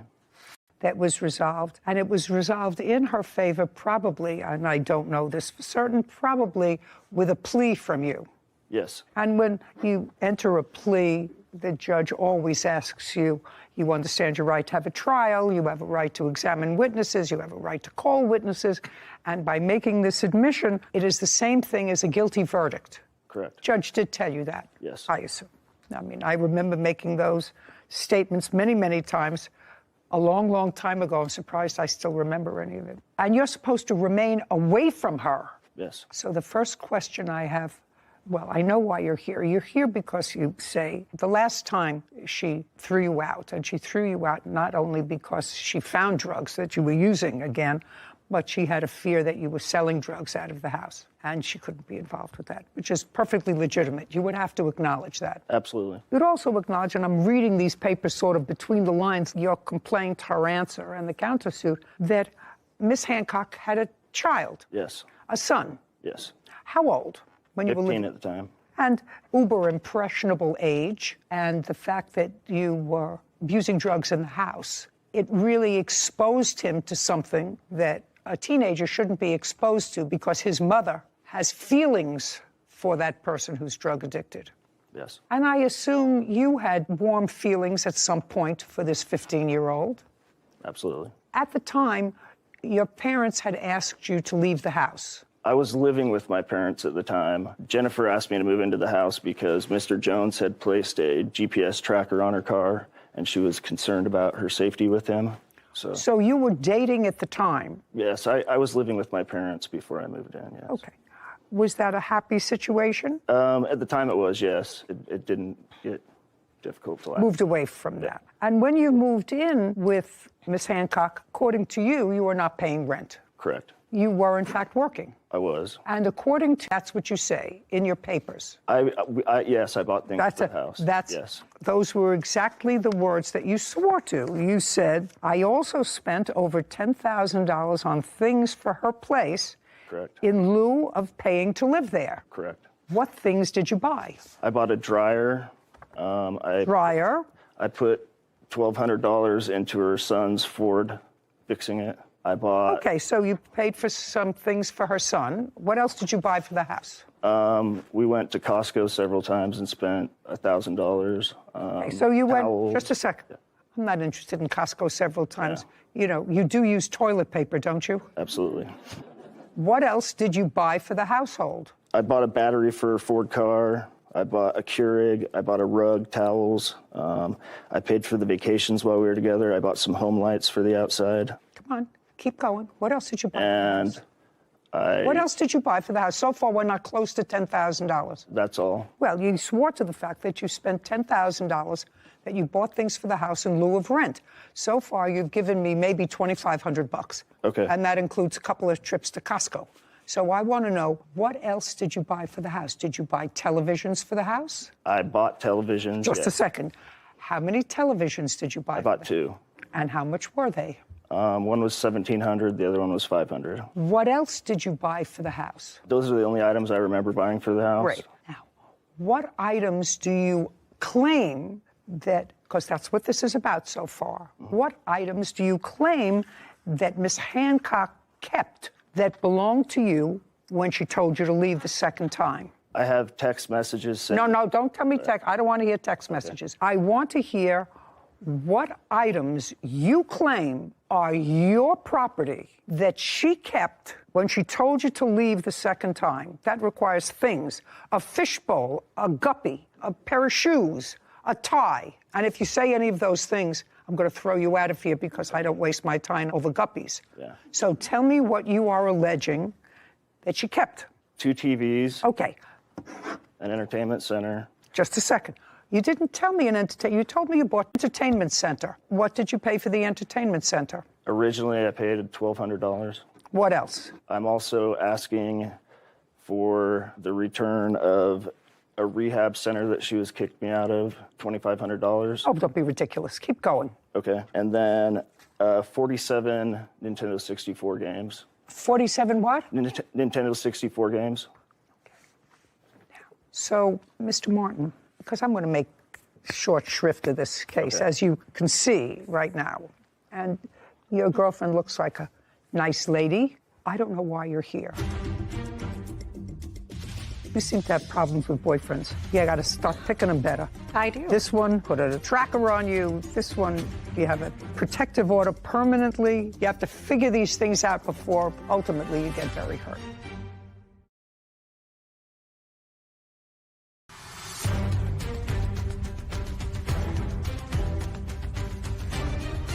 Brian Martin claims his ex-girlfriend, Jennifer Hancock, and her ex-boyfriend, Derek Jones, owe for personal property. Jennifer and Derek are countersuing for harassment. Okay, so far, all the things that you told me that you bought for the house barely add up to the $10,000 that you swore that you purchased for things for the house in lieu of paying rent. Do you understand? I do. If I may also add, when we were separated the first time, I sold my marital home for $47,000. I cashed it at my bank and I put it into an account with her that I was an authorized user on. I did not get that money back because she removed my name from the account. So that money also went to purchase things while we were together that were for the house. I don't remember specifically what we bought. It was close to $20,000 that wasn't returned. But Mr. Martin, I can understand that. But you know, this is a court. Okay. This is not a guessing game. This is not a game show. If you're saying that because of whatever reason you put your money into an account that she had access to and you spent money together, I mean, it was a time that was a fog. Did Miss Hancock and or Mr. Jones ever return any property to you or to your parents' house? They did on November 20th. That was in 2021? Yes. What month in 2021 did they return things to your parents' house? It was November 20th to the 21st during the night. Were you present? I was not. I did not live there. So I would assume that you found out that that property was delivered to your parents' house from either Miss Hancock or your parents. My parents. And your parents aren't here today. They are not. Your girlfriend was not there when they were delivered. I have signed affidavits from them. From whom? From my parents about the property. Are your parents in any way disabled, or are either one of them in the military? No, my father was in the military, no longer. Well, that's the only reason you don't come in person to court if you're disabled, and I might accept an affidavit, or if you're unable to come to court by virtue of the fact that you're in the military. None of those things apply here, so I'm not taking any information that you have in an affidavit. Suffice it to say that they did, over a 2-day period, return a lot of property to your parents' house. Yes. And that, based upon my rough guesstimates, because you can't help me out anymore with that you swore in your complaint, Mr. Martin, that you spent in lieu of rent $10,000 Yes. in the home. Yes. And that was specifically because you weren't paying any of the household expenses. Yes. And all of the things that you added up to me, I don't know what 47 video games are, but I assume that the 15-year-old played them more than you did. She says they were gifted to him. I don't know whether they were or they weren't. Certainly, if you want them back. Do you still have any of the video games? Yes, ma'am. Okay. And you want the video games, sir, or do you want to leave them where they are? I would like them. You would like them? Yes. Okay. Miss Hancock, I'm going to make this as easy as possible. I would like you, not the boyfriend, I would like you to pack up those video games. And do you live in the same town, area, whatever? Close enough. Is there a police precinct where you can drop them off? Yes. Do you know what precinct number that is? I don't know the number, but I'm happy to drop them off at Bountiful City Police Department. Got it? Yep.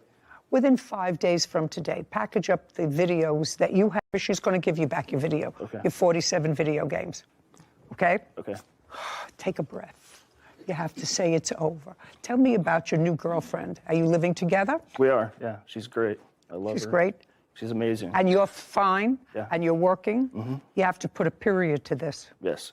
A real period. I know. Okay? Ms. Hancock, you and are you currently together, or is this an ex-boyfriend? Ex-boyfriend. Ex-boyfriend. Well, you seem to have problems with boyfriends. You got to start picking them better. I do. This one put a tracker on you. This one, you have a protective order permanently. You have to figure these things out before ultimately you get very hurt. Absolutely. Okay. I read not only your answer, and I've resolved Mr. Martin's claim. He is going to get all of his videos back. You know that Ms. Hancock and Mr. Jones have a cross-claim for harassment.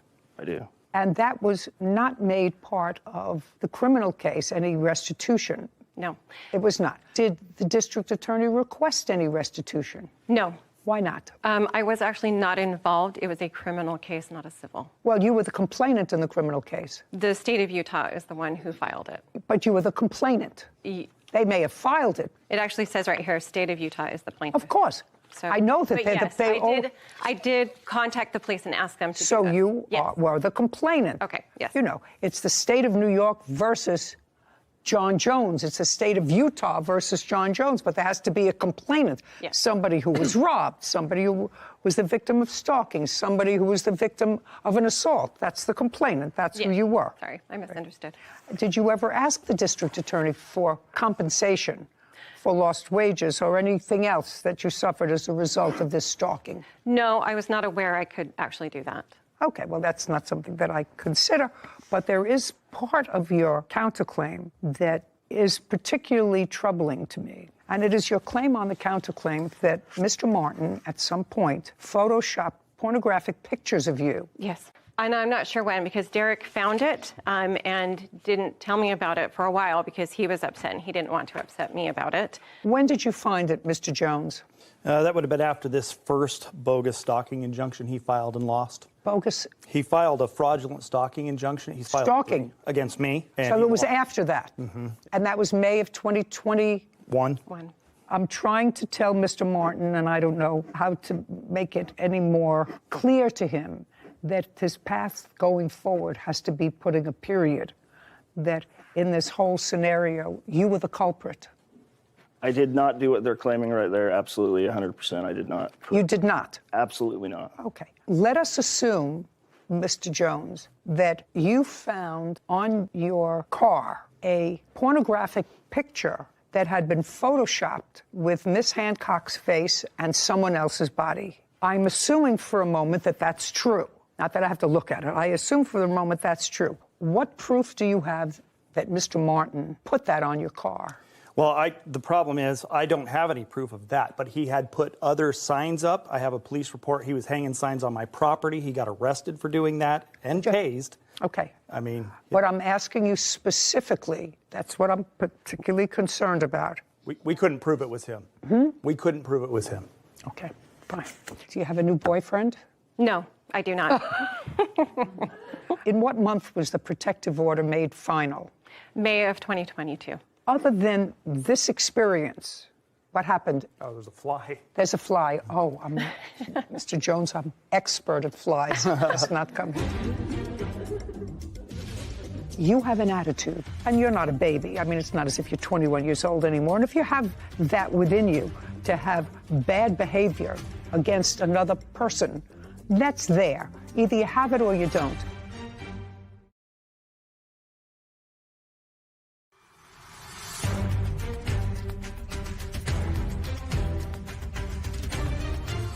Brian Martin has accused his ex-girlfriend, Jennifer Hancock, and her ex-boyfriend, Derek Jones, of keeping his personal property. Jennifer and Derek are countersuing, claiming Brian was harassing them. Okay. Other than today's appearance, since that, Yes. tell me when. 5/7/2021, we called the police. No. Pay careful attention to my question, Mr. Jones. Between May of 2022 and today, have you had any contact with Mr. Martin? Just his files, his claims. He keeps filing protective orders against me. When was the last time he filed a protective order against you? Well, he tried filing one a week before this, and I have that A week as well. before what? Before this case. Okay. And I have What that date? police report. They told him no. Okay. So they didn't allow him to file it? That one. But he's filed several others. I'm talking about between May. Nope, that's the last one. That was the last one. I'd like to see it, please, Kevin.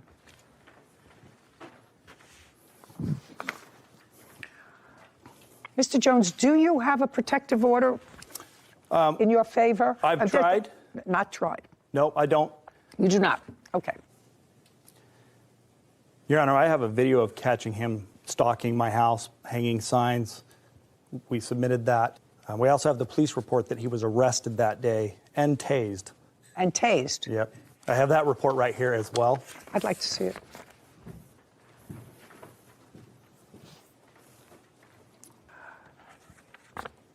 Mr. Jones, I'm going to go back to just May of 2020. Since May of 2020, have you had any contact with him? The answer is either yes or no. Yes. When? He's submitted letters to my family. He has emailed me. I'd like to see the letters he submitted to your family. These are some. He said, oh, there's more. These were cease and desist Just letters. 1 second. Just 1 second.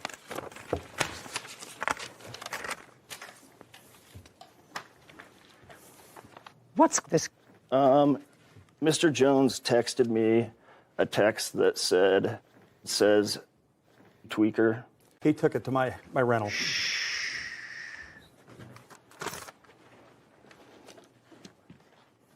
What are you giving me? These are letters he submitted to my houses or my rentals when he was trying to find me to Just a second.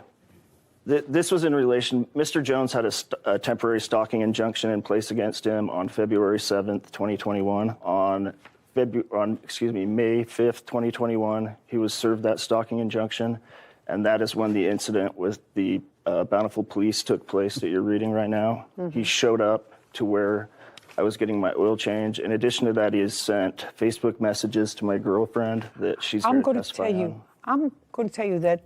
You see how calm you are? Not him. You understand that? Not him.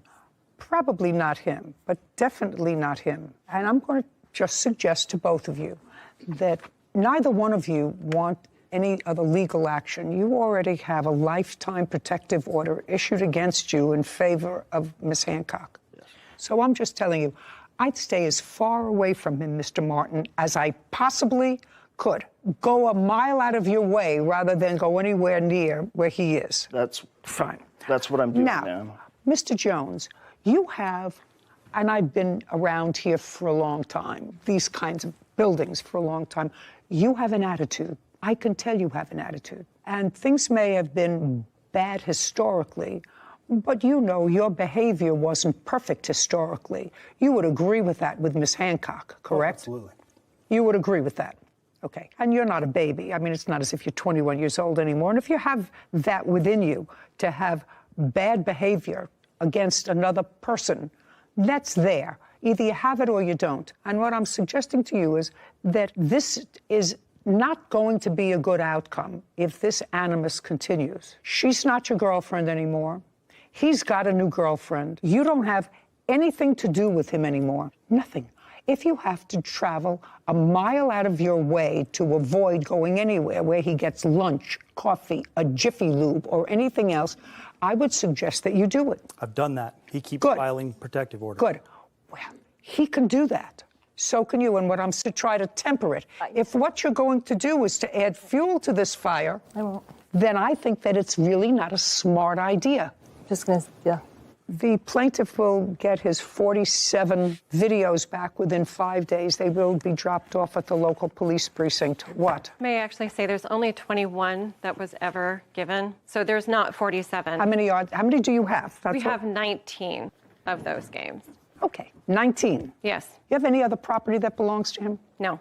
No. Okay, we're done here. 19. 5 days. Police precinct. This court is adjourned.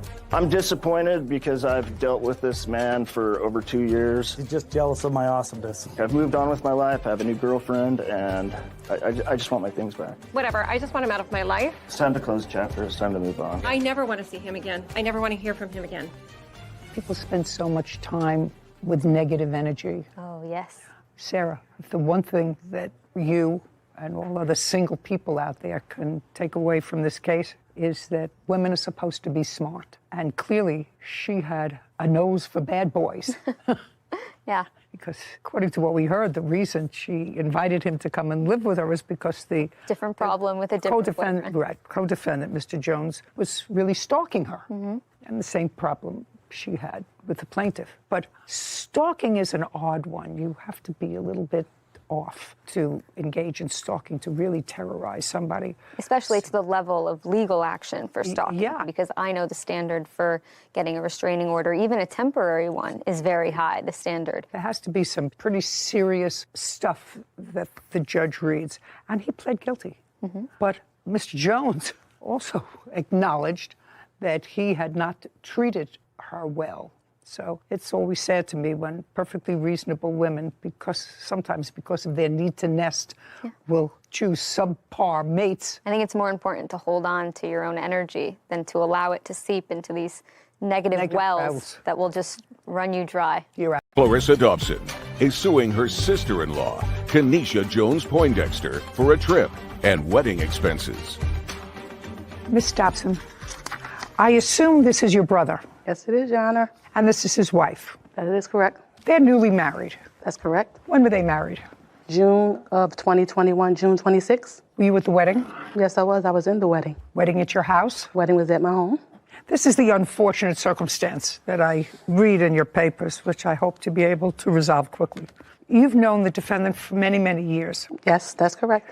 She became engaged too when she was getting married, and they were planning a wedding, according to you. And Miss Poindexter, according to you, asked you to lay out certain monies for her for the wedding. That's correct. They were married. It was a joyous day, I gather. And then you asked her for the money back. Yes, that's correct. And she said, I never agreed to pay you any money. We're family. I've done things for you. You've done things for me. I don't want to get involved with this. You two ladies take care That's of it exactly on what you your own. said. Okay, well, it seems like a family matter, then more like a court matter. I don't see stupid written over here. No. If somebody doesn't have $50 and you think I believe that you relied on her statement that I'm going to pay you for this trip that your brother is going on too, I don't believe it.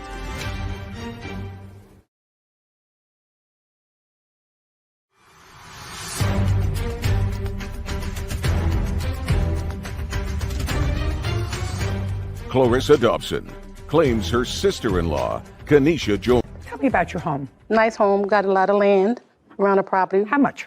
I would say probably a half an acre, which was big enough to put up 2 large tents, 45 guest tables, chairs, the mayor, some police. It was nice. And there were certain things that you paid for. Yes, that's correct. You paid for a photographer? Yes, that's correct. How much? The photographer was $300, Your Honor. Okay, what else did you pay for? Because the party was held at the home, the wedding, excuse me, all the events pertaining to the wedding party had to take place at the home. Like what?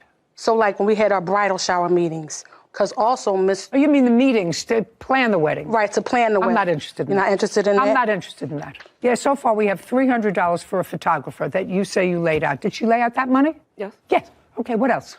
Her rides back and forth. I'm not interested in her rides back. Well, how was she going to get this? She's in Philadelphia. I'm in New Jersey. $300 for a photographer. What else? And just money she asked to. So on January 20th, Your Honor, we have $150. For what? She didn't say what it was for. It was for the wedding, though, because I have it here. Everything wedding is here. Well, did she ask you for this $150 on the phone, in person? She asked for it like over the phone, but then I sent the money too. So anything that I sent to her, I always sent to her through Cash App because she's in Philadelphia, no car. Okay, then let me ask Miss Poindexter. Miss Poindexter, there would be no other reason for Miss Dobson to send money to you through a Cash App during the wedding period other than for the wedding. Would that be accurate? Not in January, Your Honor. We didn't start planning our wedding until 90 days before June. So anything that happened in January had nothing to do with my wedding. Okay. Do you have Cash App statements before January? I have nothing before January. She has nothing before. I have March. We got married in June. So what would she be sending you money for? It has been times, it has been times when I'll ask her for, let me get $50 or, it has been times if I didn't have it or I might have needed a car fare or something, and she would do that. She would lend me money and vice versa. No, I'm not talking about vice versa. I don't have a counterclaim. That you said perfectly. I would ask her for $50 or $100 and she would lend me that. Is that the word she used? Let's make sure I heard that right. She says, it has been times when I'll ask her for, let me get $50 or, there has been times. And you asked her why. She said if I didn't have it or I need a car fare or something, and she would do that. She would lend me money and vice versa. Thank you. Lend me money. So, okay, now we're going to get to Miss Dobson. Yes. How much money did you send her via Cash App? Because she's already just acknowledged that those were loans. So, $150, $100. Let me have the dates. Oh, okay. March 8th, $50.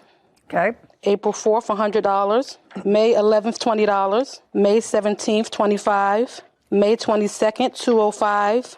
15 on May 25th. May 28th, 45. June 3rd, 15. And I had a February 28th in here for 50. That was the first one. I'm sorry. Yeah, I had February 11th only. So you have another. Right, a February 28th for $50. Can I see all of those? Yes, ma'am. Here you go.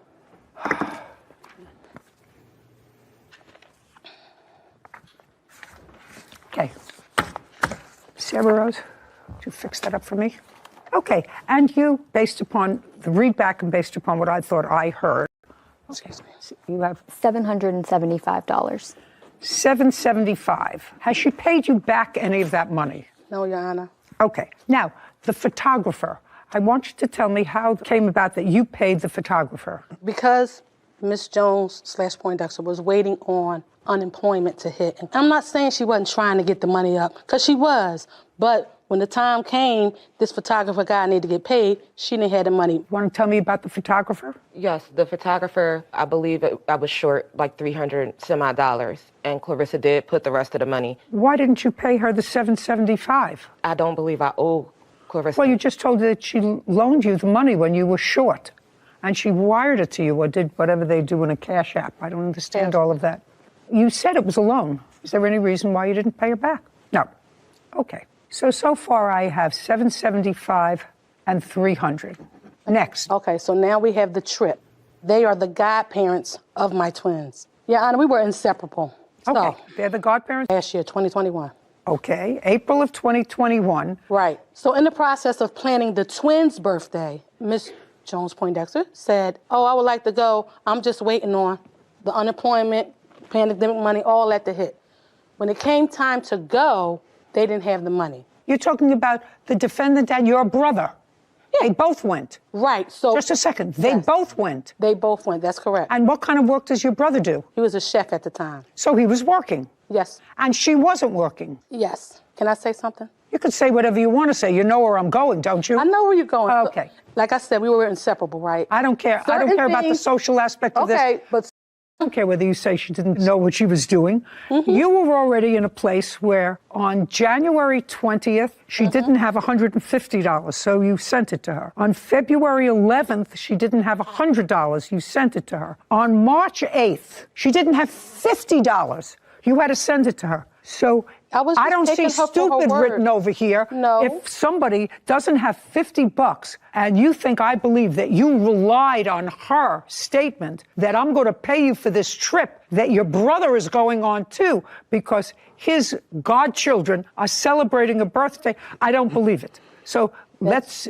just forget a trip. $775 is what she says she owes you because she says it was a loan. $300 for the photographer. You have the pictures? Yes, ma'am. And I don't hear anything from you suggesting to me that this $300 was a gift. I honestly did believe that she was doing it for our way around. That's probably how she feels right now. I love my sister-in-law. She loved me and I love her. So what? Honestly, I just want to be able to see my godkid. I'm sure we'll be all right.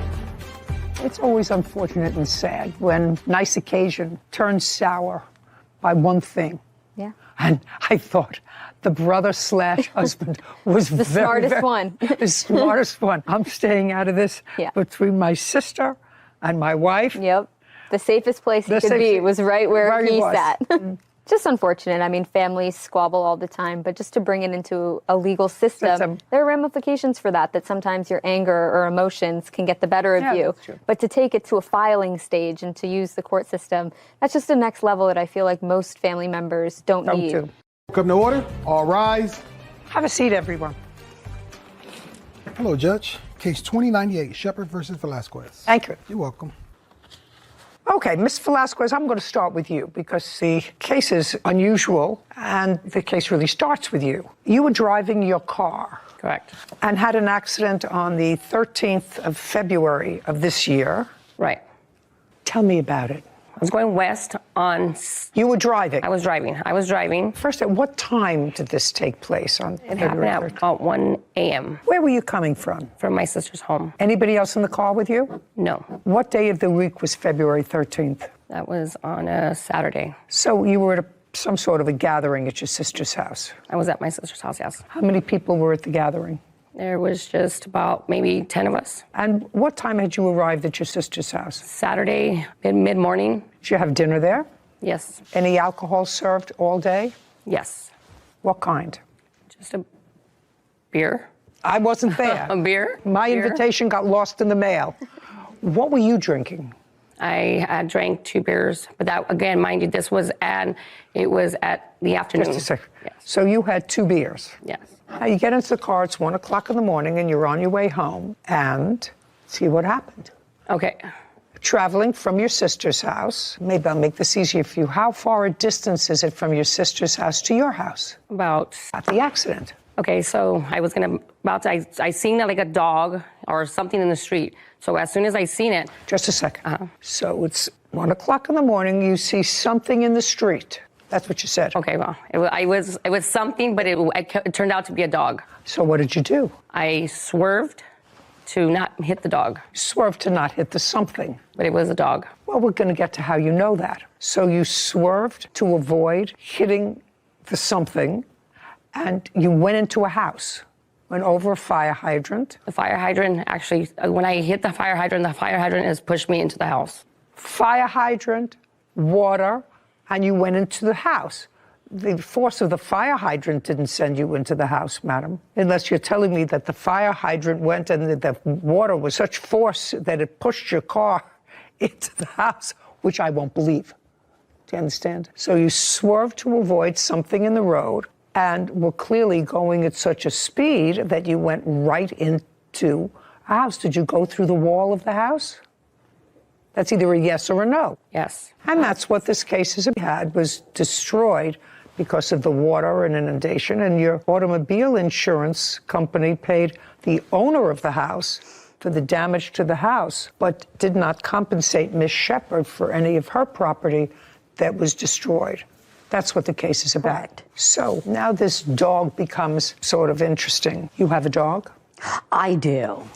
Now, you say that you swerved to avoid something that you subsequently said was a dog. Now you're in the house because that's where the car is. I assume that they had to get you out of the car. Or did you get out of the car on your own? Yeah, my car was not in the house, but I was out of the car. I got out by myself. Do you have photographs of the house? I do. I'd like to take a look at them.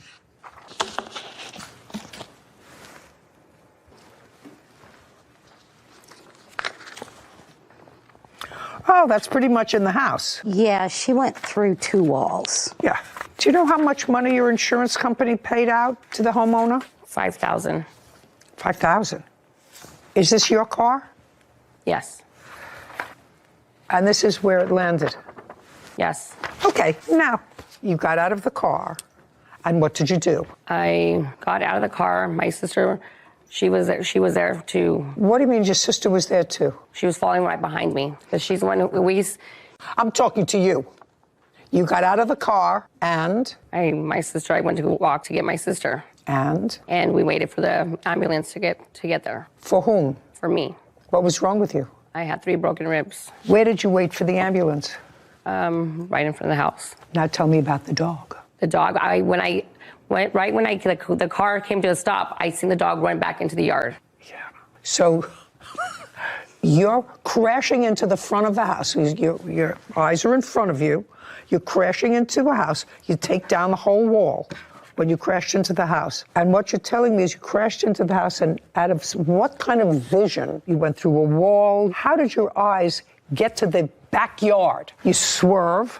You go into, either you swerve because there's something in the road, or you swerve because you weren't paying attention, or you swerve because the beers that you had were too late in the day, whatever the reason that you swerved. But now you're facing the inside of a house. I want to know at what point you saw a dog run to the backyard. Well, the car wasn't, I didn't hit head on. It was on the side. It was on the left side, the right side. It was on the right side. So when I hit it, everything went to the right side. I didn't hit it straight on, head forward. Before? No, ma'am. Okay. Now, I'd like you to tell me, Miss Shepard, I'm sure you have a list of things that were destroyed. You did not have renter's insurance. I did not. And what happened when you submitted a claim to Miss Velasquez's insurance company? Absolutely nothing. They never even got back to me on it. Okay, I'd like to see proof that your insurance company paid the owner of the house. I don't have that on me. You have your insurance card here? Yes. Good. I'd like to see it.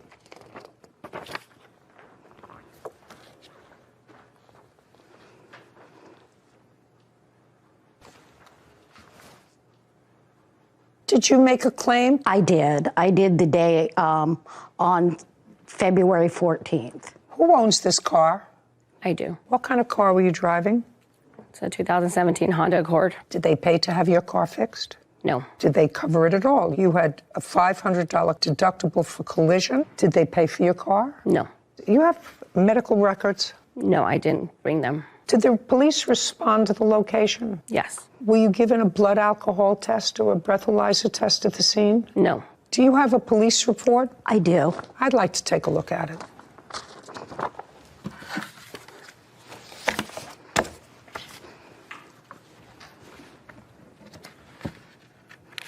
Okay. Arrived at the scene at 2:30 in the morning. This was determined to be a solo you, because she wasn't driving her house. Now, Ms. Velasquez, not good form when the police reports. Do you see the police report? Have you seen the police report? Yes. Okay, so you know the police report found that you were impaired at the time of the accident. It also indicates that the police officer immediately after the accident questioned you on a gurney in the hospital. And that was immediately after this happened. I'm going to read what it says. Party 1, Velasquez, is riding her Honda at 55 miles per hour while under the influence. It says at the time of your statement, Party 1, that's you, states she attempted to turn left because she was heading to her mother's house, but did not recall how she crashed. Certainly don't see anything about a dog here, only an impaired driver. Okay, and then later you told this police officer that you admitted drinking 3 beers early at her home. Police officer said he asked you whether you felt the effects of alcohol drinks, to which you replied yes.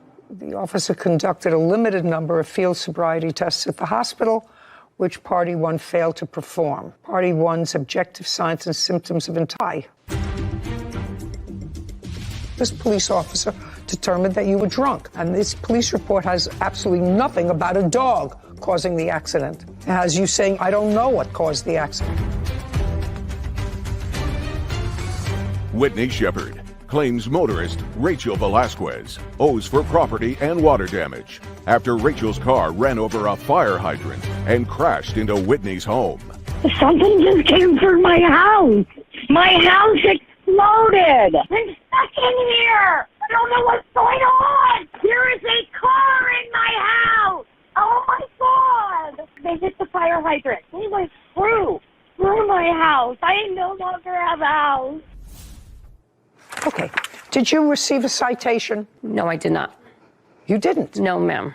Really? No. Well, then you want me to assume that when the police officer said that he placed you under arrest, and I can understand why they didn't remove you from the hospital, that you were subsequently given a citation, but you had to receive some sort of citation from the police, madam, unless you have medical records which indicate that the blood that they drew indicated that there was no alcohol in your system, because this police officer determined that you were drunk.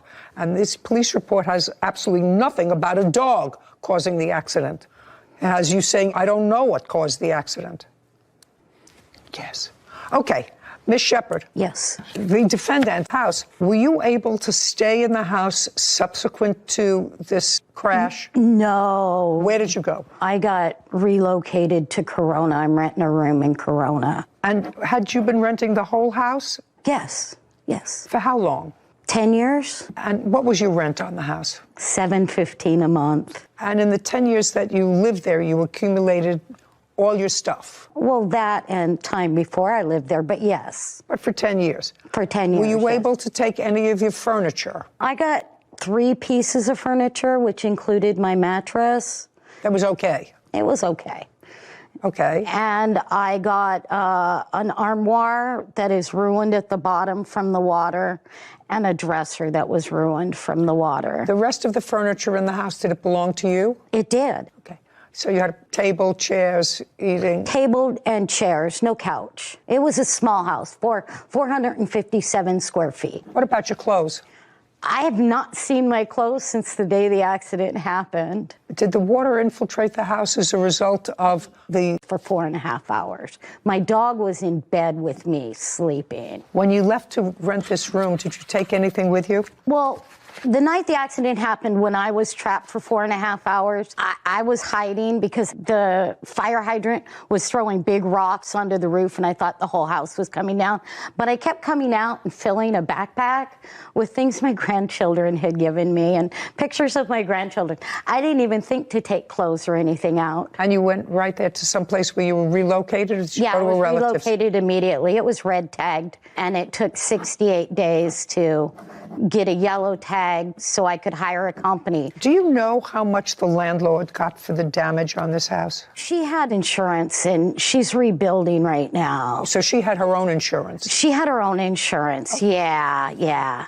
Okay. Ms. Velasquez, there's no question in my mind that your mind is fresher at the time of the incident than it is months and months later when you've had a chance to reflect on why an accident is not your fault. You were questioned by police officers immediately after the incident. You responded, actually, to the police officers and told them what happened and told them that you crashed and you didn't know why. The police officers observed your demeanor. They determined that you were operating a vehicle under the influence of alcohol. I don't know whether you have insurance or not. I don't know whether you had insurance on the date of the incident or not. But by your careless and reckless all of her property, and you've turned her life totally upside down. She has nothing.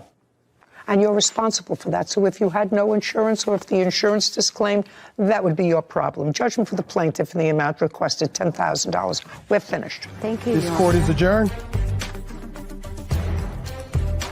I think it was the correct decision, as it really could be the only decision. I remember seeing the dog going through, but yeah, it was an accident. I thought my house exploded, and I was in a house that was going to come down with my dog. Luckily, I didn't hurt anybody. I think anybody who would drink and drive isn't willing to take responsibility for their actions. You know, sometimes you're the windshield and sometimes you're a bug. Sometimes you're both. As in this case. That's really a trick. I have no idea what that insurance is. A lot of fine print, I'm feeling, was probably the issue. Yeah, but I cannot imagine if it was legitimate insurance, and she had legitimate insurance, except that she's got a $10,000 maximum on any sort of collision. Mm-hmm. So I don't know what it is. I actually feel sorry for that lady, don't you? Me too. Everything in 500 square feet in a home that she's built. And she's comfortable. Melissa Davey is suing her ex-boyfriend, Joseph Miller, for an unpaid loan. Mr. Miller, I think I'm going to start with you today, just because I have to kind of shake it up for myself. Otherwise, I get stale. You and Miss Davey were sort of in a relationship for a brief period of time. Yes, Judge. Never lived together. No. There came a time when you wanted a new car. Not a new car, but a better car. Yes. You wanted a better car because you wanted to use that car as a driver for Uber. Yes. And you needed a down payment. Yes. And according to what I've read from Miss Davey, and what you seem to acknowledge in your answer, Miss Davey loaned you $1,200. That is correct. Things didn't work out, which happens. You paid her back $300. Yes. Did not pay her back $900. Correct. So that would make it easy, except that you have a defense. Correct. And I'm going to let you tell me and the rest of the world what that defense is and show the world what a prince of a guy you are. I hope I can do that. You're no longer together. Correct. You owe her $900. I owed $9. I said at that point you owed $9. You're no longer together. Yeah, I'm sorry. I misheard you then. Okay. Well, I sympathize with that because I do a lot of mishearing myself. But what I said to you was, at the time you broke up, you owed her $900. That is correct. Now you're going to pick it up from there and tell me and the rest of the world what your defense is. Because I read it. I just want to hear it from you. All right. At the time of our breakup, you are correct. I did owe Miss Davies $900 and had told her that I would continue to pay on the debt that was owed. Okay, and what was the month and year of your breakup? End of April, maybe? End of May. End of May? May. Okay, end of May, broke up, owing $900. And you said? I tried to be cordial and have conversations. Conversations with her with a view towards what? Just to reassure her that I was going to pay her back the rest of the money. Okay, so she would call you and say, where's my money? No, I would send her a text and kind of chat, and then I would give her a quick call and say hello, and we would have just a little chat every now and then, just to remind her that, hey, I will pay you back the money. That sounds so off, Mr. Miller. People don't usually call an ex-girlfriend who they owe $900 to and say, hey, by the way, I know I'm going to pay you back the money. I just need a little time. That usually comes from the other side contacting them and saying, I would like my money. Typically, you are correct that most people, if you owe the money, you don't contact the person that is owed the money. I didn't want her to do that. I didn't want to have her come to me and be like, hey, where is my money? Okay, so you break up the end of May. Did you give her any money in June? I gave her one in April and one in July of $154. So at the time that you broke up, you had only given her $150. Correct. Later on, she kept bothering you. You were reassuring her. And in July, you gave her another your debt. The very top one, I believe it says you won't have to pay for a thing. No. And that was... No. Miller. This doesn't say she's forgiven your debt.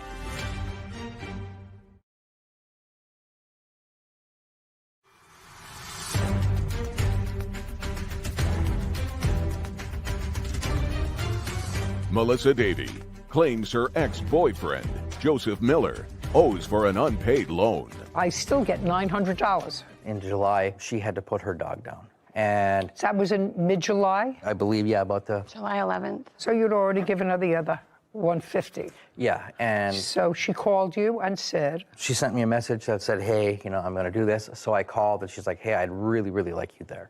I can't... The last couple of words you just sort of muttered, sir. I don't know why you sort of muttered them. She called you and said, that is a reasonable request? Yes and no. Okay. Did you agree to go? After we talked... No. I want you to tell me what she said and what you said. She said that she would do anything. No. I really want you to go. And this is on the phone. That's what you told me. This was on the phone. Yes. So you didn't say that she could see on the phone. She said, I'd really like you to go. And you said what? I think that could be worked out. Okay. I think that could be worked out. Yes. And then what's the next thing that was said, and by whom? I believe she said that I would do anything to have you there. I don't want to do this alone. Well, you told me that before. After she said, I really don't want to do this alone. I would really like you to be there with me. And I said... And you said, that could be... What did he say? That... He said, okay, I think that could be worked out. I think that could be worked out. Okay, so that's what you said. And then who said something after that? She said that she would do when... That she already said she would do anything? Yeah, she would even relieve my debt. She said that, or did you? She said that. She said it? Yes. Okay, because that's what his answer was here. Okay. And so then you said to her, an end of life for a beloved pet takes place, and prince that you are, you relieved yourself of the $900 that you owed her. Yes. Just for my own information, how long did you and Miss Davey date or have a relationship? A month, 2 months, 3 months? 4 months. 4 months. Did you get close? Tried. Both of you, or just she? Both. So you tried to make it a warm, close, intimate relationship. As best we could, yes. And when you needed some help, she offered to help you. Correct. What do you think that I think of a person who understands the word close, warm, affectionate? What do you think that I think of a person who says, okay, I'll go with you through this very, very sad time? Someone who I've been close and intimate with for months, so I'm going to spend a couple of hours in the afternoon with you at this very tough time. Let us assume that I believe you, a reasonable ex-boyfriend who wanted to be, as you said, I didn't want her to have to come and chase me. I wanted to assure her. So a reasonable ex-boyfriend would say, sure, I'll keep you company. In theory, yes. There were circumstances when Miss Davies and I broke up that were not the best for either of us. And it wasn't a cordial breakup. It was very rocky. At the time when she called and asked me to come, I didn't want to speak to her at all. I would have respected that, sir. You say, this was very rocky, it was nasty, we don't really like each other anymore, or I don't like you anymore. I don't know how she feels about you, and it's really not something that I want to do. I don't want to be involved with that. I could actually understand that if it was acrimonious, as you say. What I can't understand is somebody saying, I'll go with you, but it's going to cost you $900.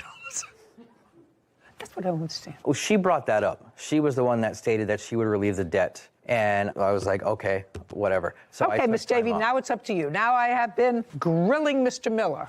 So I have only one question to you. Do you remember the conversation when you discussed with him going with you to the vet? Yes, I have it in text. I'd like to see it.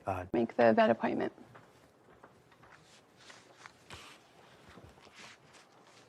Sarah, can you tell me what dates these are? Sure. If you go out, these are all Saturday, July 9th, and if you pull over, you can see the time.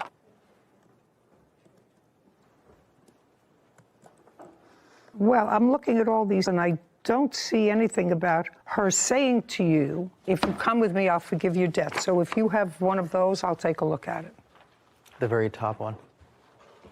That was after a phone conversation with Miss Davis? Just a second.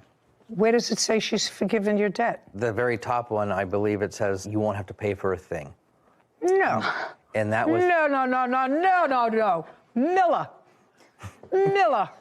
You don't do anything out of pocket. This doesn't say she's forgiven your debt. You have family, you have siblings, parents, anything? Yes. Yeah, well, they're going to be disappointed in you, Mr. Miller, because it's not princely activity. It was clear to me from reading the plaintiff's notes to you that at least it appeared that she was struggling more with the end of your relationship than you were. That's just what it appears. And I'm a pretty good judge of that. And you sound like an intelligent man, soulless, but yet intelligent. So if you have any emotion whatsoever, you can look at this and say, this is a lady who's sort of struggling. Let me see how I can take advantage of that. I owe her $900. And I'm going to figure out that if I do this for her and it's really important, I shouldn't have to pay her back the $900. Unprincely, Mr. Miller. Judgment for the plaintiff in the amount of $900. We're finished here. This court is adjourned. People just sometimes don't agree. It was very clear cut. At the time, I was very upset with her.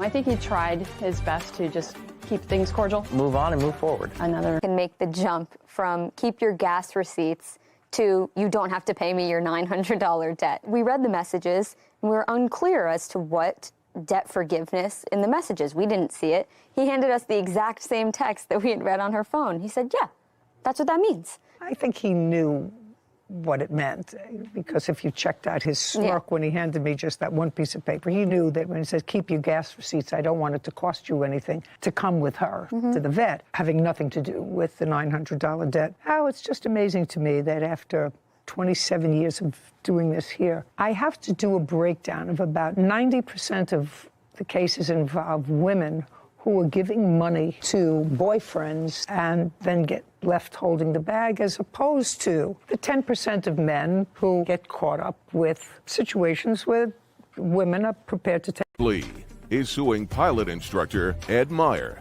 for damage resulting from Ed moving his plane. Court come to order. All rise. Have a seat, please. Case 2145, Lee versus Meyer. Thank you. You're welcome. Mr. Lee, you are an amateur pilot? Yes, I was yes. And you owned your own plane? I bought it to train in, yes. When did you purchase the plane? In, I believe, April of 2021. Did you buy it new or used? I bought it used. What kind of plane is it? It's a Cirrus SR-22, 2010 type Golf. What did you pay for it? I paid $420,000 for it, I believe.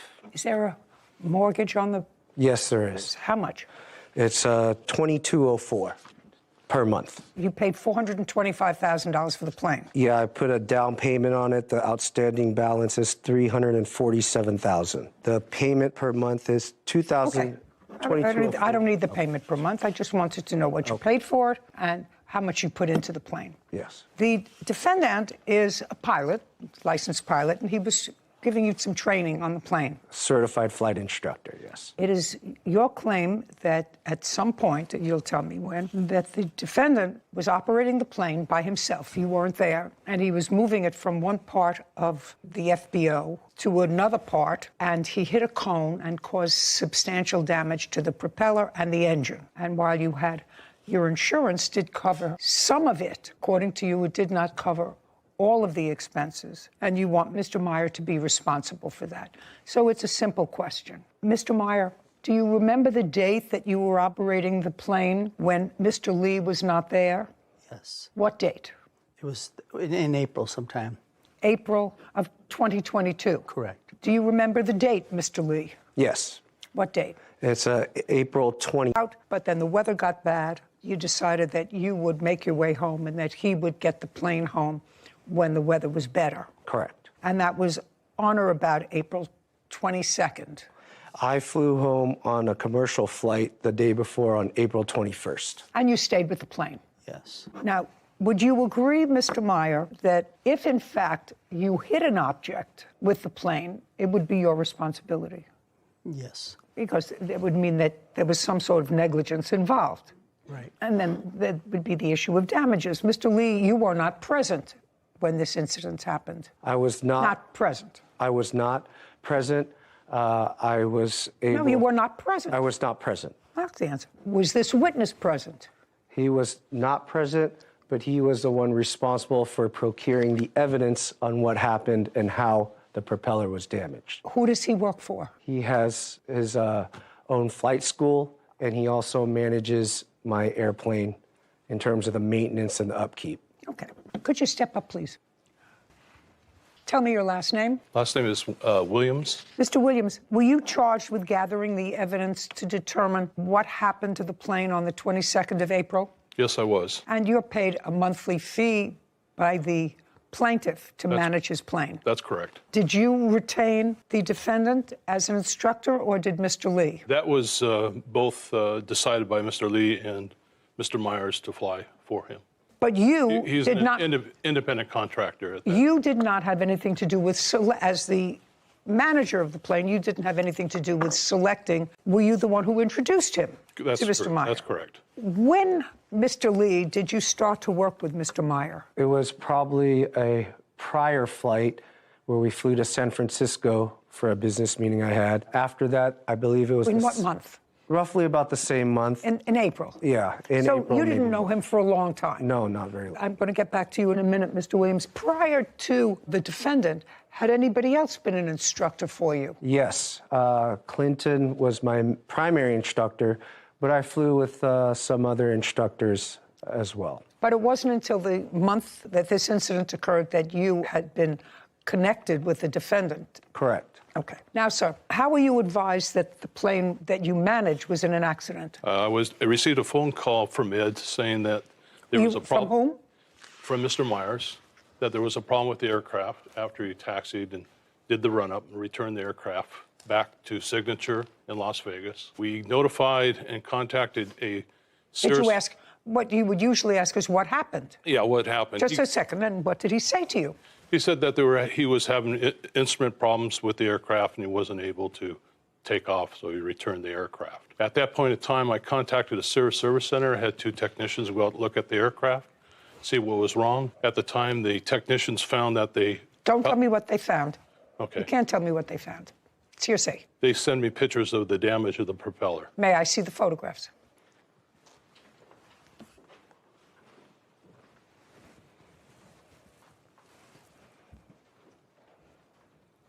Okay, so that's a fresh damage. Correct. Can I scroll this? Yes, you may. Or is just one? Okay, so you have a picture of that. You have a picture of the cone that has a slice in it. Correct, that's the object he hit. We also have a video showing the plane taxi and hitting the cone at the time. I'd like to see the accurate representation of where the plane was before you moved it. It should be on on the far left side of that Learjet. Okay.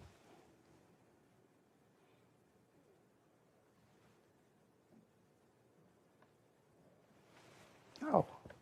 Mr. Meyer, do you see that you went over a cone? It's interesting. I didn't even notice there was a cone. You may not notice it, but you see it now. Yes. Okay. Your hitting of the cone caused damage to that plane. I mean, you're not talking about flying a 747. You're talking about a little single-prop plane. Yeah, they like those planes you put together, we used to put together with rubber bands. I wouldn't put my behind in one of those planes for all the money in the world.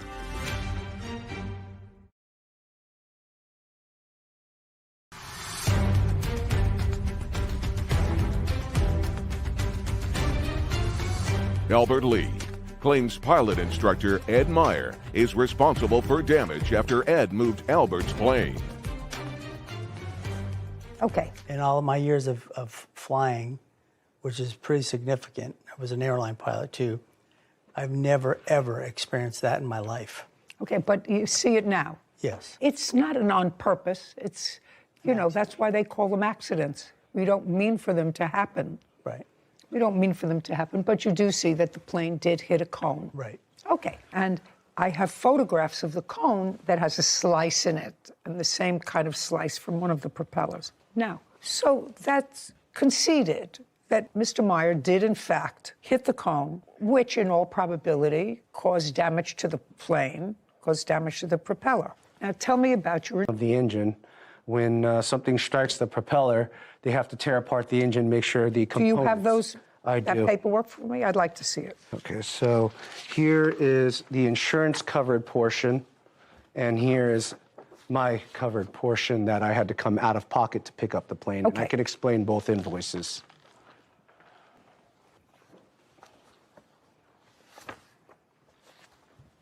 And if you flip to the last page, that'll have the total. Insurance covered about 60-something thousand for the propeller and the engine teardown. Okay, so the damaged propeller, Mr. Williams, causes you to have to take apart the engine, fix the engine if there was damage to the engine. Am I correct? That's correct. The FAA requires anytime you strike an object with a propeller, the engine has to be inspected in the component parts. So they component parts of the engine. Yeah, with the damage, potential damage of the engine, internal damage that could be caused by striking an object. Okay, the insurance covered how much, sir, Mr. Lee? It's sorry, it's on the invoice 60. I think it was 63,000, 64,000. It's on the last page. The last page shows a deposit of $63,000. Yes, that's it. The deposit was 40, balance due was 23. Did the insurance company pay the entire 63? This entire $63,000. This is what was submitted to them. Yes. Okay, now I'd like you to take a look at this, Mr. Meyer. No, I'm going to actually ask Mr. Williams to take a look at this document. These are the items, Mr. Williams, that Mr. Lee says were uncovered. I would like you to go through all those items and tell me which of those items relate to the engine and which do not. Okay, is this the total? Carefully, because I'm going to potentially ask you. Most of the items that you see that are airworthiness on the airframe are the items that need to be inspected or replaced from the teardown. So your item 1, item 2, 3, 4, item 5, 6, 7, 8. These are all items that the repair shop goes through the engine and assesses whether it needs. Well, tell me how the brakes would be impacted. I don't think impacted by hitting the. Which invoice? And I don't know, but how brakes would be impacted by hitting a nose cone. Brake lining. I don't know what that is. Okay. Yeah, some of these items, Your Honor, such as one of these items, the brake lines, as you pointed out, is probably not part of the. Well, that's what I want you to go through, sir. Okay. Do you understand? I want you to take a marker, a pen, and circle, because I don't know a whole lot about airplanes, but I know a little bit about airplanes. I know what's routine maintenance and what has to be taken care of, because a plane either falls on its nose or falls on its tail, both of which I've experienced. Well, this is a small invoice. This is not your. This is a. Mr. Williams, don't ask him. I didn't ask you to have a conference with him.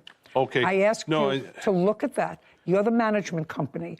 I want you to strike those items that are not related to this accident and go through them very carefully, because. Can I make a comment? Okay. Nope. To you directly. Nope. Okay. Can I ask you something? Can you ask me something? Yeah. Well, they should tell you those cones are made of plastic.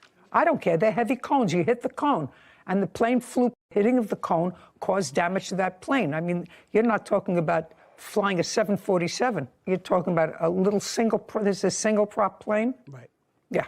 Me, they like those planes you put together, we used to put together with rubber bands. I wouldn't put my behind in one of those planes for all the money in the world. The only items I can see, Your Honor, are 2 items that may not be related to the accident, items 7 and 8. Okay, may I have that back, please, sir? And you are familiar with planes, sir, is that correct? Yes. Okay. So what you're saying is item The circled item. 7 and 8. Correct. So we have There's a couple of we have right and left main gear, but which is 143 plus 270 plus 66. What about item 9? Pitch, trim, jab, nut, loose. What is that? Probably what they do during the inspection and the tear down, they go through the aircraft itself, make sure it's airworthy. So they probably caught another item or two.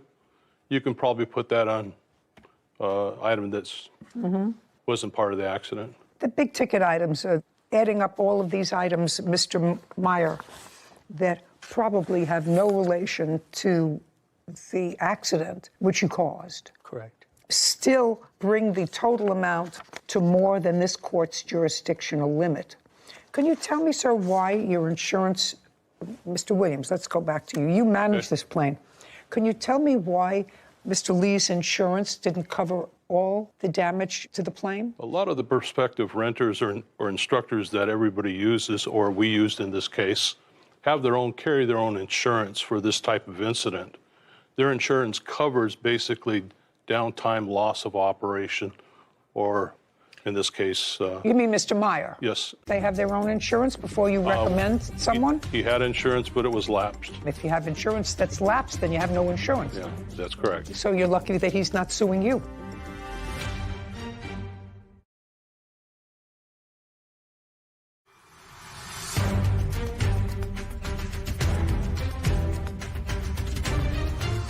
Albert Lee is accusing pilot instructor Ed Meyer of hitting a cone and damaging his plane. Ed says Albert was already paid by his insurance company. Okay.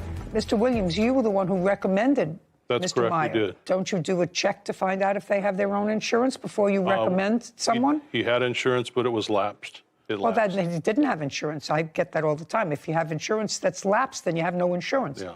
As a flight school, our instructors are required to carry the insurance. Okay, but that didn't happen here. That's correct. So you're lucky that he's not suing you because you managed the plane for him. And you recommended him, Mr. Williams, you know.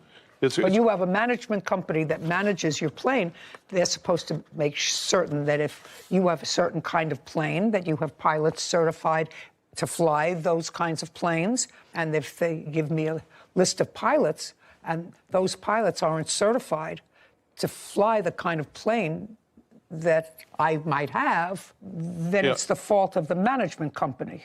In this case here, the plaintiff and the defendant were working together as far as their payment and the fees they were going to charge. Well, that's okay. That's okay. They may have been working head to head. I mean, it was business you and Mr. Lee. I do commercial real estate. I sell shopping centers and office buildings. Okay. That's not his business. That's why he hires you. And if he hires you, he asks you for recommendations as to where to get the plane repaired for an instructor. Now, the fact that he may pay him independently, he's relied on you for information. So I suggest, Mr. Williams, that you tighten up your ship a little bit. Mr. Meyer, you're responsible to the plaintiff for the damage that you caused his plane. Why did you let your insurance lapse? It had lapsed. I just didn't even realize the fact that it had lapsed. I just realized the fact that when this came about, that's what happened. Well, when was the last time you paid premiums? Probably about a year before that. Anything else you want to tell me, Mr. Meyer? You owe him $10,000. You caused the damage. You have to fix it. Judgment for the plaintiff. We're finished. Thank you. This court is adjourned. I understand her point, the fact that what she saw. I thought she's very fair. These cones are made out of plastic. It's hard to believe. It sounds like a gunshot when he hit the cone and triggered several warnings. And for him to say he had no idea, it's a little bit hard to believe. They don't have much weight to them. With the loud bang after you hit it, it's quite obvious that you should have stopped and shut down and inspect the damage. There normally is never a cone at the 12 o'clock position. They're at the left side and the right side. They place cones all the way around the aircraft, and it's part of your responsibility as a pilot in command to do a walk around pre-flight make sure there's no object in front of your aircraft. When I taxied out halfway down, that's when I recognized there was an ICAS message that came on. I finally got it back, and no more student pilots, so won't let any CFIs fly for a while. You know what I thought about in this case, Sarah?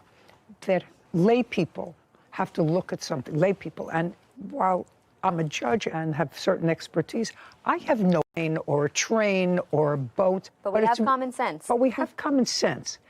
And your brakes are not part of an engine. Yeah. You know, you have an engine job, and then you have a brake job, and you have a... I saw where you were going. different kind. And, you know, if you have an accident that impacts on the right driver's door, if you put in a new wheel casing in the left rear door, well, that has nothing to do with an accident. Probably just an oversight. He did state that those two items were not part of, you know. He did. He did at the end, but it just feels a little uneasy when they try and slip those things in there, that just common sense doesn't ring true, that it comes from the science. Yeah, you know, front, back, you know, the head of a horse, the tail of a horse, it doesn't fit in. And there's really no difference between not having insurance when you're driving a car and not having insurance as a flight instructor. Yeah, that's pretty serious. I would think there would be a more rigorous check on that before you get behind an aircraft, the wheel of an aircraft. Absolutely. You would think that there would be. Yeah. There's a flaw in the system someplace. Okay, I'm glad nobody was hurt. Yeah. Want justice? Go to judyjustice.tv.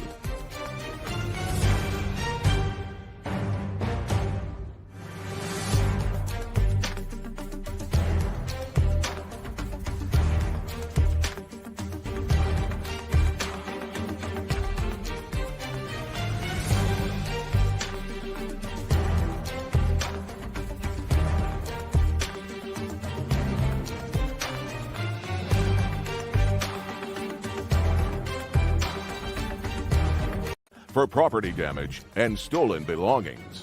Court come to order. All rise. Have a seat, please. Hello, Judge. Case 2121, GN versus Pine Jaum. Thank you. You're welcome. Mr. Gwillan, you rented a room in a house that you were renting or that you own? That I was renting. It's a 3-bedroom house, and you live there with whom? At the time, it was me and my sister, and then my cousin. How long have you been living in that house? I was living there previously with my sister for about 5 years, and then she then moved, and then it came over to me in 2020. So you've been living there for 7 years? About 5 years, yeah. When did you decide to rent a room? She came to me around early May, saying that she was going through a situation with her previous roommate. That would be you. Sorry, Nyjah, yeah. Sorry about that. How did you know her? We worked together as servers. But then she came to me on the job saying that she heard that I had a room available and that she was going through it with some of her previous roommates before. She said she needed some place to stay, so I told her that she could stay with me until she got on her feet. Is that the conversation? No. Okay, so let me hear your version of the conversation. So someone did tell me he was renting a room. I did need a room for rent. As we all know, COVID did happen, so I wasn't in my place I had stayed previously. I was moving. And so I went to him and I said, hey, I heard you had a room for rent. He's like, yeah, girl. And I'm like, yeah, so I could pay, like, I can move in now, basically. Because I came to him May 31st, moved in June 1st, which was the next day. And he was like, yeah, girl, just pay $800 a month. Just give me $1,000 to move in.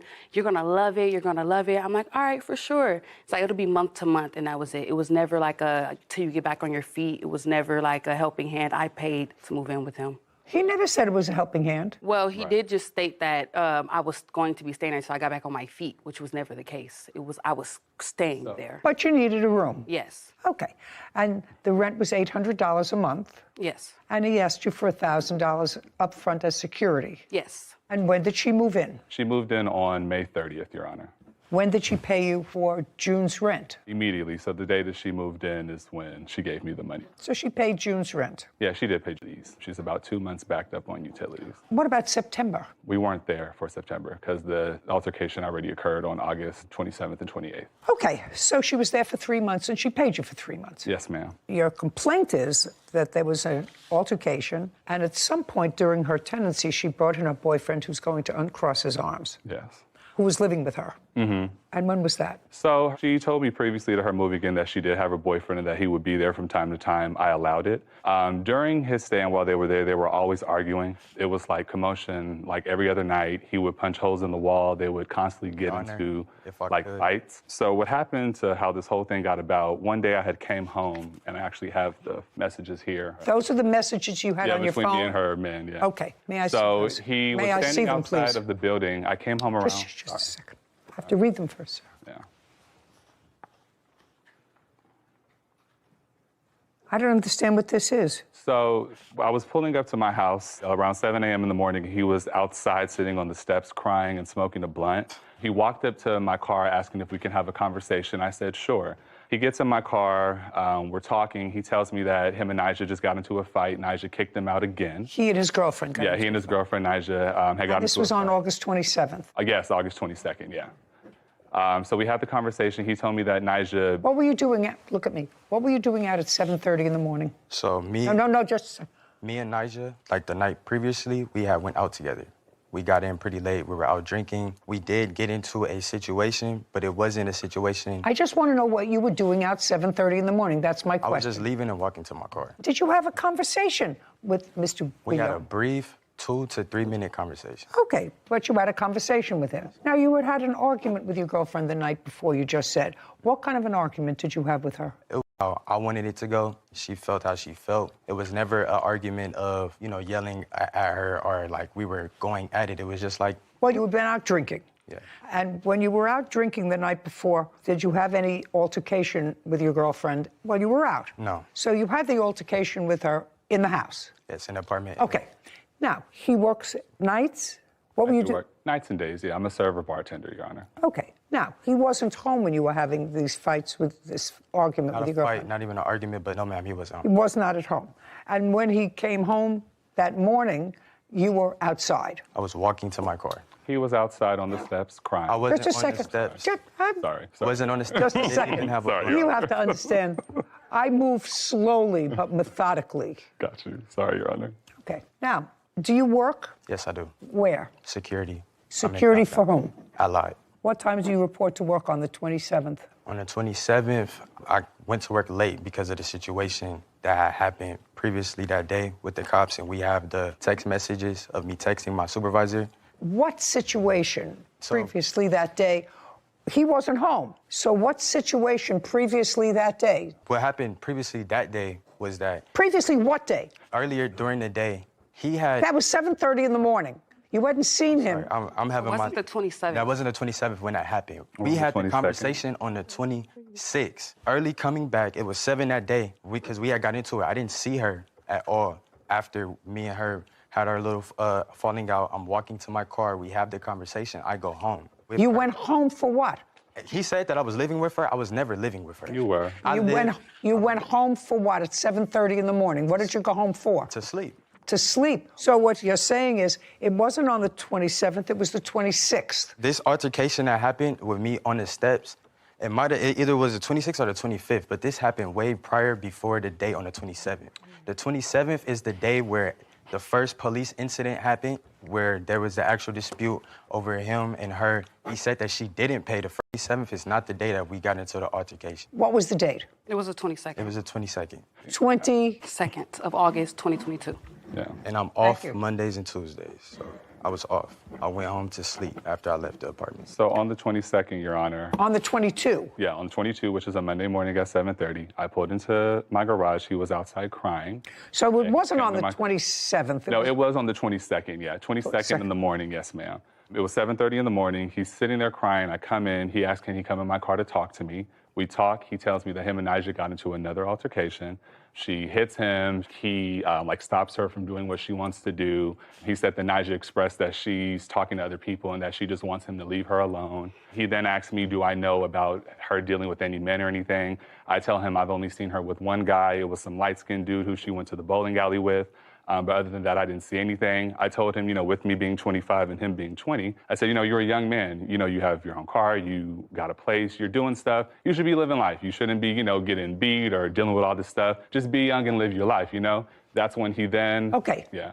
Did you have that sort of a conversation with him? Not at all. Okay, tell me what. The conversation was 2 to 3 minutes. I never entered his car. I was walking out. No, tell me what you said to Yes, him. I told him that me and her got into it. You might not see me around here. I don't know what the situation is. And he did tell me, focus on yourself. Y'all will be good. Okay, so it's pretty much, so whatever. That was a discussion. You had a fight with her on the 22nd, and there was some registering some complaint. Sir, if you say you might not see me around here, we had an argument, there was registering some sort of a complaint. You didn't leave there happy on the 22nd. Yes. Is this right? You didn't leave there happy. I never was upset, like how he's trying to make it seem. We didn't have this conversation of me being beat on or me crying. You didn't leave, Mr. Jim, you didn't leave there happy that morning. Yes. Is that right? That's You don't have to get into the nuances of it. You weren't happy. Okay, that's the 27th, and you say you told him you're a young guy. You don't have to live your life. Yeah. live your life. And then he then thanks me in those messages that I gave you right Okay. Would you tell me what you know with regard to the vandalism? Once I opened the door, I seen shattered glass all over the floor. His room was completely vandalized. There was a knife in the wall. Can you explain these photographs to me? I can't explain the photographs. I didn't do it.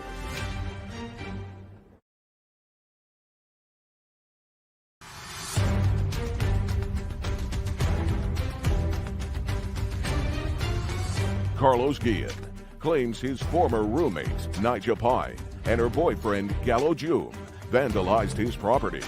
Nija is countersuing for a false arrest, tire damage, and cyberbullying.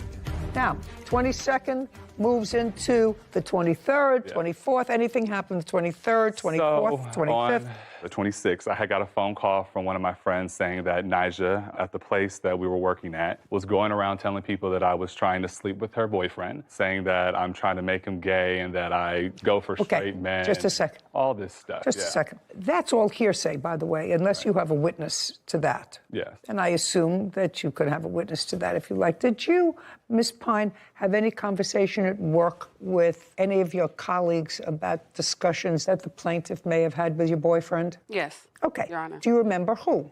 It's actually another coworker. That Coworker. is a mutual friend between us. Okay. And without going into the text of the conversation, were you registering complaints about Mr. Guillen? Yes. Okay. Your Honor. That's all.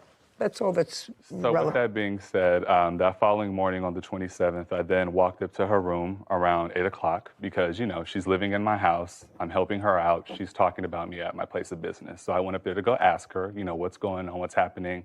The moment I go up there, she's like, you're this and this and this. We start arguing at this point. Like, we're both yelling at each other. It's getting heated. She then tells me that she's going, 6 dudes come to my house. How much later after the conversation? This is probably like literally 10 minutes after the conversation. Like, this was very fast. She had these men come to my house. I saw one of the dudes outside. I was trying to, you know, go outside and just be like, look, I'm not trying to do anything to her. We got into an argument. I'm hearing stuff. Gallo, out of nowhere, comes from a corner and tries to swing at me. Once he does that, I then go inside my house, I go into my room, and I look at my window, and it's 6 men outside my home. She then lets these men inside the house. They're banging on my door, talk about bring your outside and all this stuff. Oh, you want to fight women, da-da-da-da. All this mess, banging on my door and stuff. Was anyone else in the house other than the two of them? It was my cousin with me at the time. That's not your cousin. No, this is my witness, Imani. It was my cousin at the time. A witness to what? A witness to the next day, Your Honor. But back with this day, my cousin was with me. He wanted to go out and fight and do it. I said, no, we're going to sit here and wait. The police end up getting called from the neighbors because it's 6 men outside banging and cussing and making a scene. The police then get there. There was an officer who, I don't know if she already knew previously or who she was cool with, but the officer said that because I'm a 6'8" man and she is a woman, she feels intimidated by me and all this stuff. So he told me that the men who were there is allowed to stay there because she is a tenant there and that's her place, so they're considered her guest. Once that was said, Your Honor, I immediately got everything that I could and I booked a hotel at the Westin. I stayed there at the Westin for 9 days. That day, she was going around on social media saying that I was scary and that I ran in my room and that I called the cops, just basically talking smack about me on the gram. Hold on, Your Honor, I'm trying to find it. If I may interject, if I may. Not yet. All right. I'm sorry, Your Honor. But she went on social media. It's Okay, like, just a second. So was what you're telling me you don't have that unless It might it's be in that file, yeah, sorry. But it's like a message of her saying, like, that's what she posted. Once she posted that, and, people start hitting me up. I see it. Yeah. Once she started posting that, people started hitting me up. They're like, what's going on, and this and this. So I then went on Instagram, and I had made a comment. I called her for short, stands for because she was going around saying that I was dirty. She went around telling that I was dirty, so I just let it be known on social media that the only thing dirty was her. Since she was talking about me on the gram, I decided to, react. The truth of the matter is, although it's not pleasant, that's what people do on the internet. Yeah. And I was just matching energy, Yeah. you know? Yeah. Got it. Let's get to your lawsuit, sir. So far, she's lived there 3 months and she's paid 3 months' rent. Mm-hmm. Okay. Your claim is that during the time that you were in the hotel, when you were out of the apartment, there was damage done to the property. Right. Do you have photographs of the damage that was done to the apartment while you were out of the hotel? Yes, ma'am. May I see it, please? Here you go.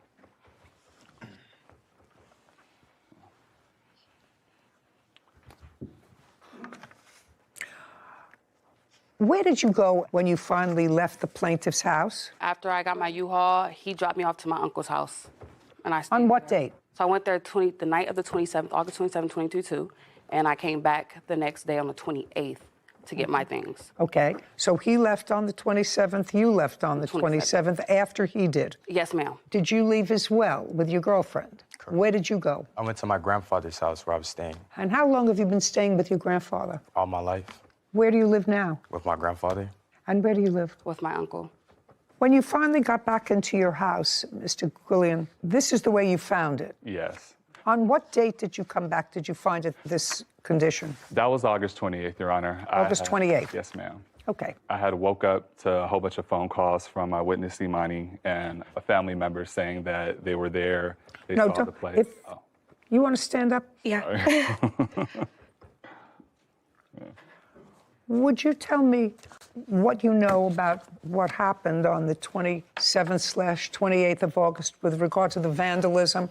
I wasn't there the 27th, but we had a conversation that led to me coming to the all over the floor.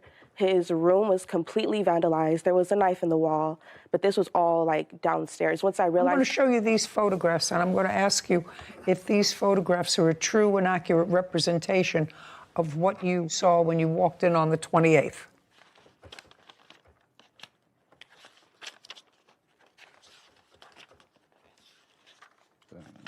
Yes. May I have them back, please, Kevin? Have you been to Mr. Guillen's house before? Yes. Was it always in good order? Yes.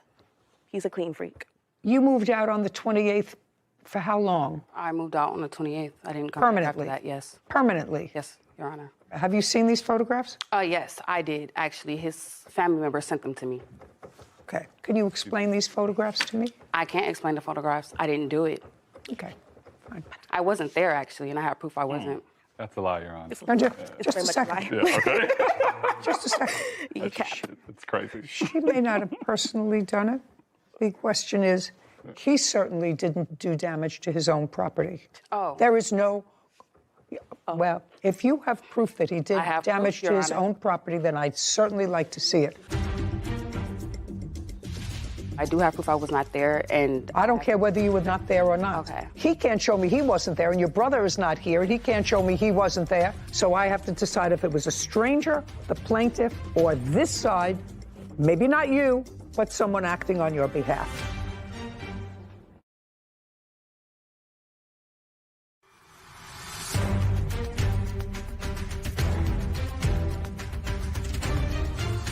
Carlos Guillen is accusing his former roommate, Nigel Pye, and her boyfriend, Gallo June, of... Now I have damage. What I would like to say... No, I don't want you to say anything. I want you to tell me what proof you had that All right, I he would like damaged to say, his property. I would like to restate, I have proof that he did not care about the apartment, that when I moved in, it was in horrible condition, actually, and he's not a clean freak, and I wasn't there to vandalize the apartment at all. Oh, just a second.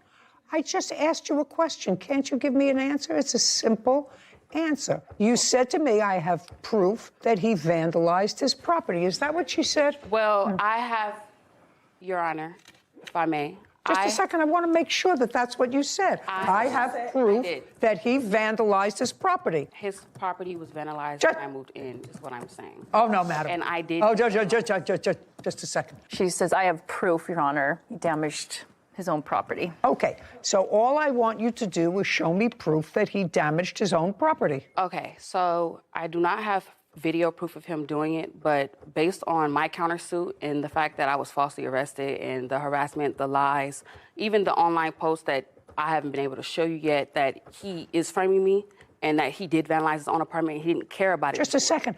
I'm willing to look at proof of any proof that you have that he vandalized his own apartment. So around the time... Not so around, just show me. Okay, sure.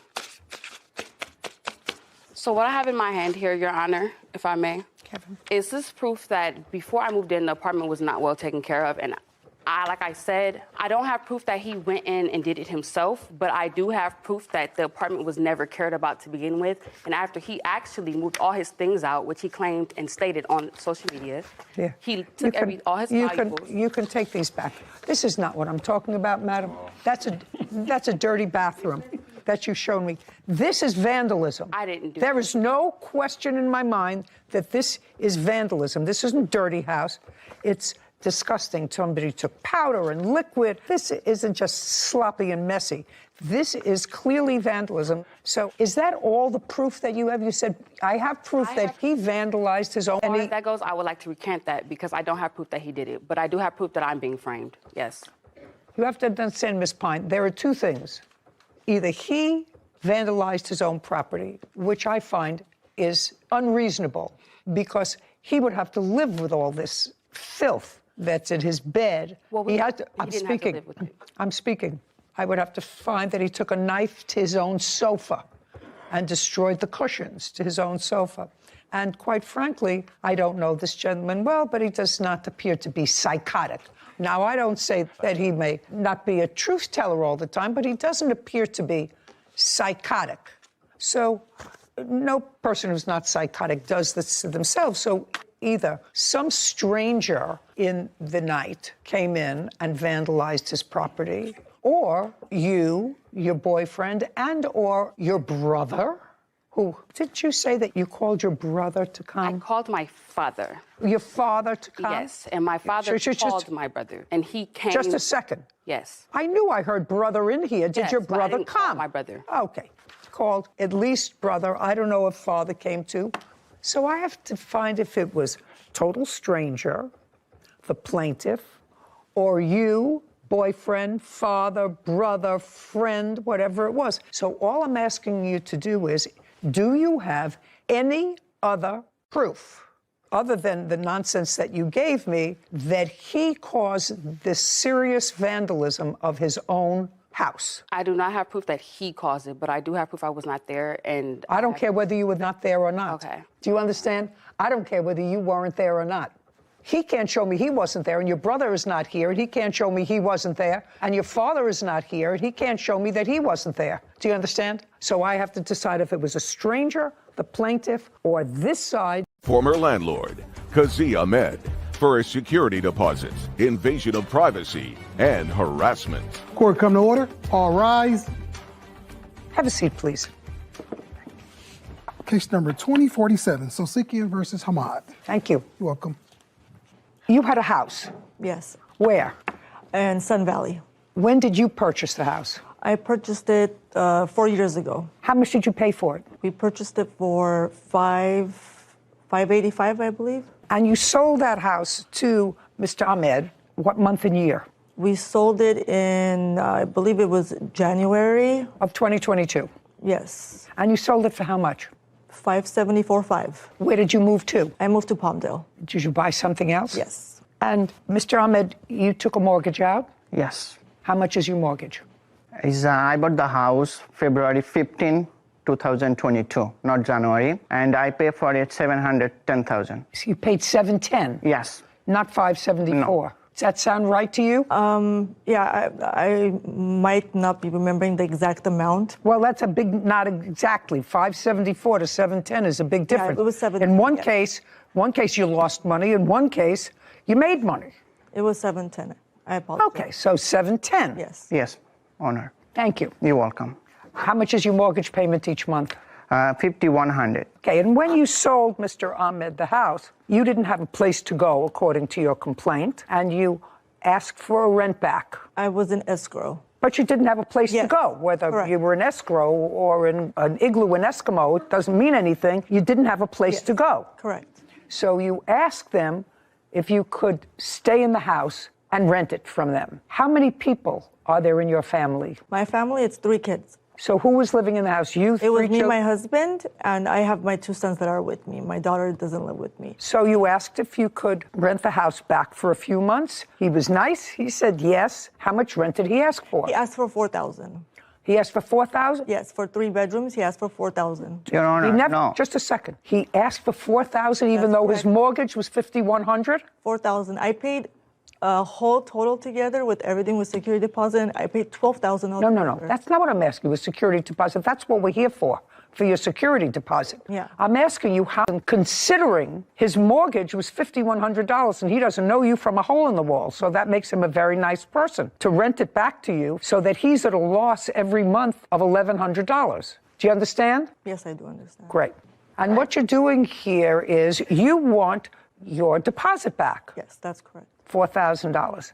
And Mr. Ahmed says that not only did he have to spend $4,000 to fix the damage you and your family caused to the house while you were living there for those few months, but he had to spend an additional $6,000. That's what he says. He had to spend an additional $6,000 because the place was destroyed because you had a disagreement with him over the date that you were going to be receiving your deposit back. That's his claim. So there were a couple of things that were sort of questionable to me. I have not damaged, though. I have pictures of the house when I left. There was no damage. That's fine. You're going to show them to me. Okay. The one thing that I found strange, so now I have the facts straight. So you moved into the house in February? In the house? Yes. Yes. So you rented in February and March? Yes. 2 months? We moved out April 6th. Okay. Now, you told him you were moving out, and he came to the house to do an inspection. And that was before your move-out date. On what date did you meet together for him to go through the house? And let me refresh your recollection. You came to the house. He walked around with you. And at that time, he said these few things need repair. And there was not extensive damage anywhere. And when he got to the house, he rang the bell and he opened the door and you looked through the house. Yes. On what date was that? Do you remember? The day that I gave him my keys to the door.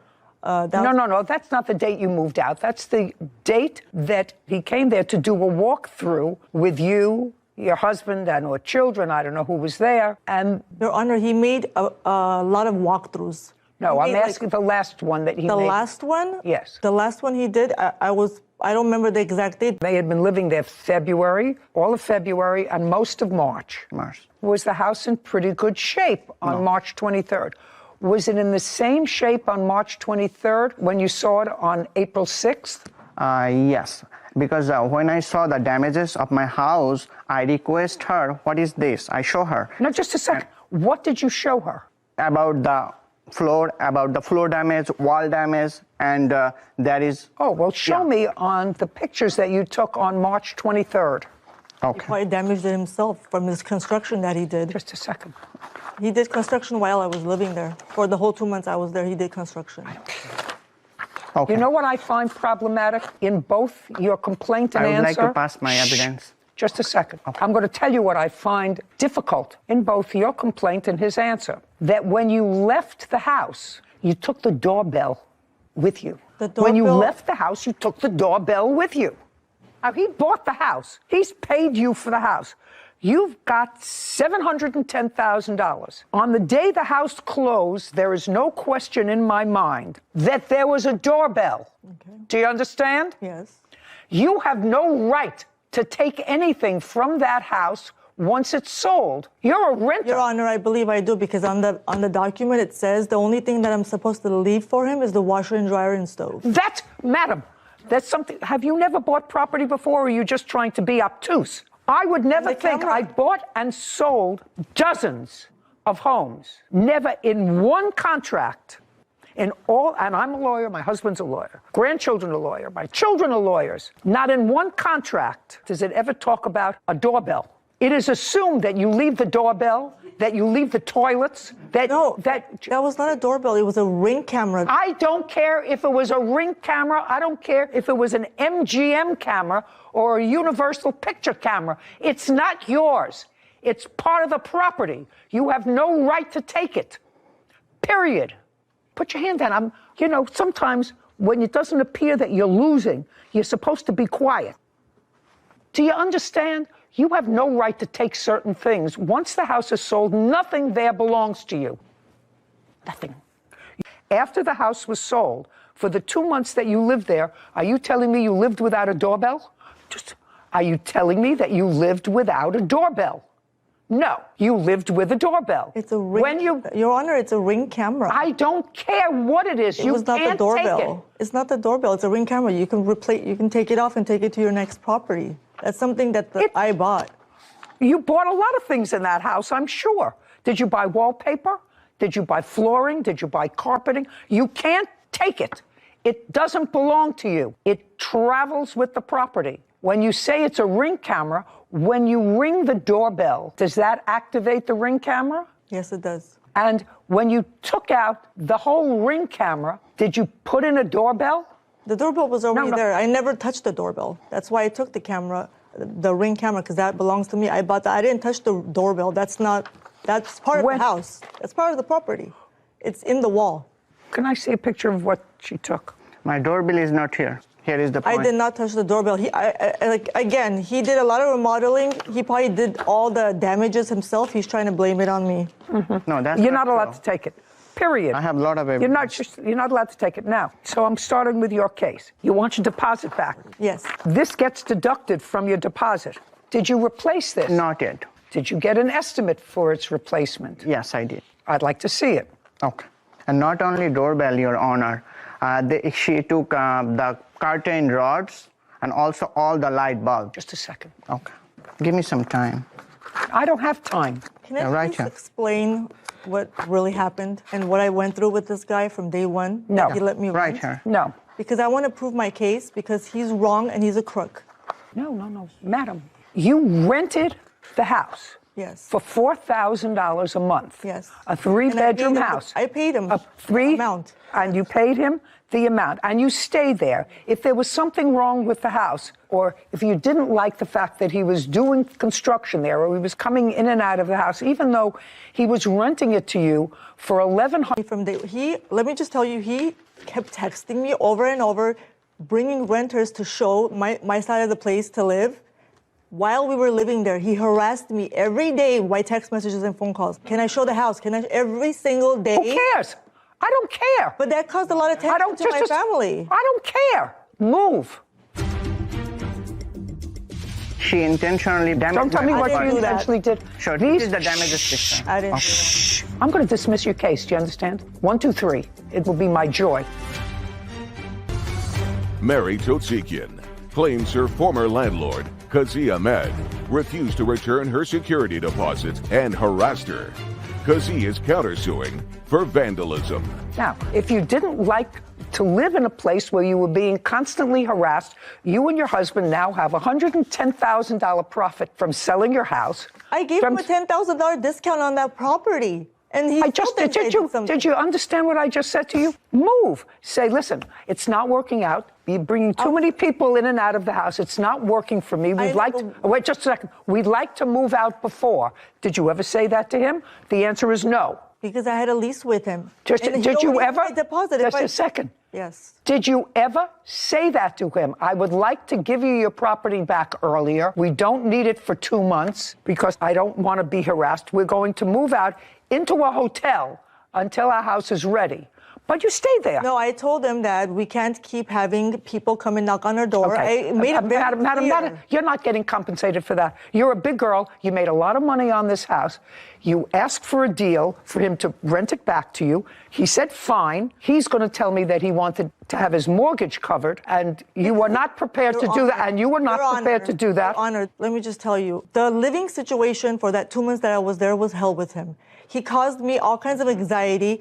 The last day when I was supposed to give him the keys so I can leave, he opened the door and started arguing with me in front of my 11-year-old kid. He made him cry. He caused a lot of trauma to our family. Your Honor, her son was not He's a there. monster. He doesn't care about anything else. And then he did remodeling. Now he's trying to get the money out of me to pay for it because he's broke. That's Okay, first of all, this comes off the deposit, and then I want to see the estimate. All I want is my $4,000 security deposit. On March 23rd of this year, when he came to do an initial walkthrough with you before you were leaving, did you discuss deposit? The answer is yes. Just a second. Yeah. The answer is yes. Yes. And at that time, did he say to you, this needs fixed, this needs fixed? Did he say anything to you? Nothing. Did he tell you that he had, by law, 21 days to return your deposit? Yes. Okay, and what did you say to him? I said, that's fine, I will wait the 20 days, but No, just a second. Yes. You said it was fine. I'll wait the 20 days. Yeah, to get my deposit, yes. Okay, and then what happened? I have every text that we sent to each other. I'm not reading every text that you sent to each other. I'm asking you after March 23rd. Go to your March 23rd texts. I do have here. He basically said basically. I said go to your March 23rd and thereafter. I highlight, Your Honor, for you. After March 23rd. Yes. Go to your, do you have text messages? That's Yes, what you it's all said. You're here. looking at me. Okay. I have a March 23 here. He led me on in the text messages saying that you help me pay my mortgage, I will help and give you a security I'm deposit asking you to show me It's the right text messages after March 23rd. This is the March 23rd. And thereafter, you pay deposit back when there isn't any damage to the house. You don't use my deposit for anything else. You hold it for damages. Here is the notice. I would like you to meet with you and your husband. Please let me know when you are available. Please don't threaten me with my deposit. I wasn't. He was threatening me. I wasn't. Just please don't threaten me. You mean threaten me with my deposit. Can you show me where on the contract it says the washer and dryer stays? That I found, it stays, and we did leave it there. She tried to take with her that too. Again, Your Honor, I'm just here for my deposit because I did my responsibilities and paid the rent. I was a good tenant. I kept the house beautifully clean and everything. I deserve my deposit back. That's why I'm here. I don't want to deal with him. I don't want to see him ever again. I just want my deposit. I know what you want. That's it. That's why we're just to that property. Okay. He's lying. Can you show me where the contract says the washer and dryer stays, because I don't see it? I made it very clear to everyone that I paid for it, that it's going with me. That was before I looked at the document. Just a second. Yes. So that's before you looked at the document? Yes. When did you look at the document? I looked at it, it was at home when I noticed it. Did you respond to him after the 23rd and say to him, I realize that the washer and dryer No, stays? because he's been threatening me constantly. Why am I going to respond to him? He's been a monster. Can you please show me photographs of what the house looked like? He's been a complete monster, Show me Your what, Honor. just a second. Show me what the house looked like on April 6th. This is the pictures I have. This is what it looks like. Perfect Just little house. Don't speak. Just show me. I'm just trying to say that I'm not here for anything empty. I'm here for my deposit. No, that's not what you're here for, just your deposit, madam. That's not what you filed a claim for. An invasion of privacy and pain and suffering.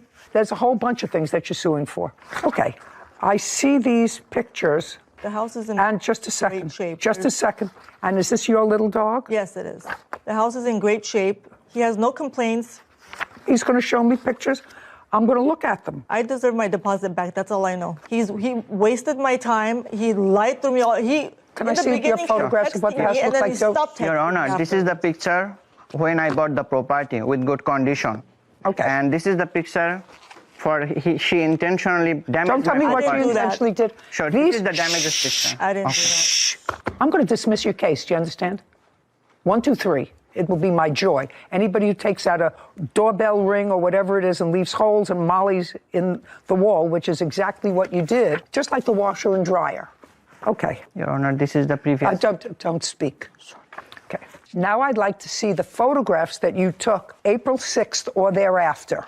When did you take those photographs? On what day? I start March 23rd to April 6th. I'd like to see the photographs. Thank you, Your Honor.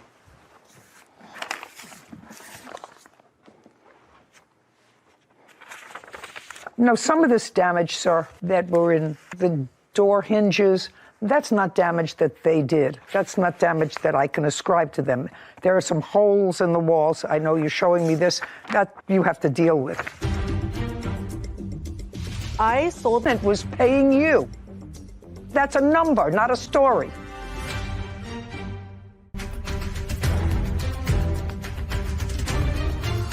Mary Totzikian accuses her former landlord, Kazi Ahmed, of keeping her security deposit and harassing her. Kazi claims Mary vandalized his house before she left. Okay, I don't know what this is that you're showing me in this picture. Because there is a water leak from there. So the water goes in the cabinet inside. Okay. Okay. I assume that you have some sort of insurance because they didn't do this damage. Okay. They didn't do this damage when they were there. I would like, sir, to see some of the pictures before and after. This is moldy and it's dirty. So they didn't clean the bathtub. Where are you living now, sir? With my mom. And who's living in the house? I rent it out. What's the name of the people that you rented the house to? It's Walter. When did you rent it? On what date? I don't remember exact date. Well, you'll remember. You remember everything else. You remember April 6th. You remember March 23rd. Now remember what day they came. Okay. June. So actually the house was, just a second, so actually the house was unrented for about a month and a half. Right. Because I... Shh, not a because. Now, how much did you rent the house for to Walter? $4,000. Could you explain to me why you're renting it to somebody for less than what you pay in your mortgage? Sure. So here is the American dream, because I came here 2013 and I started live with my mom.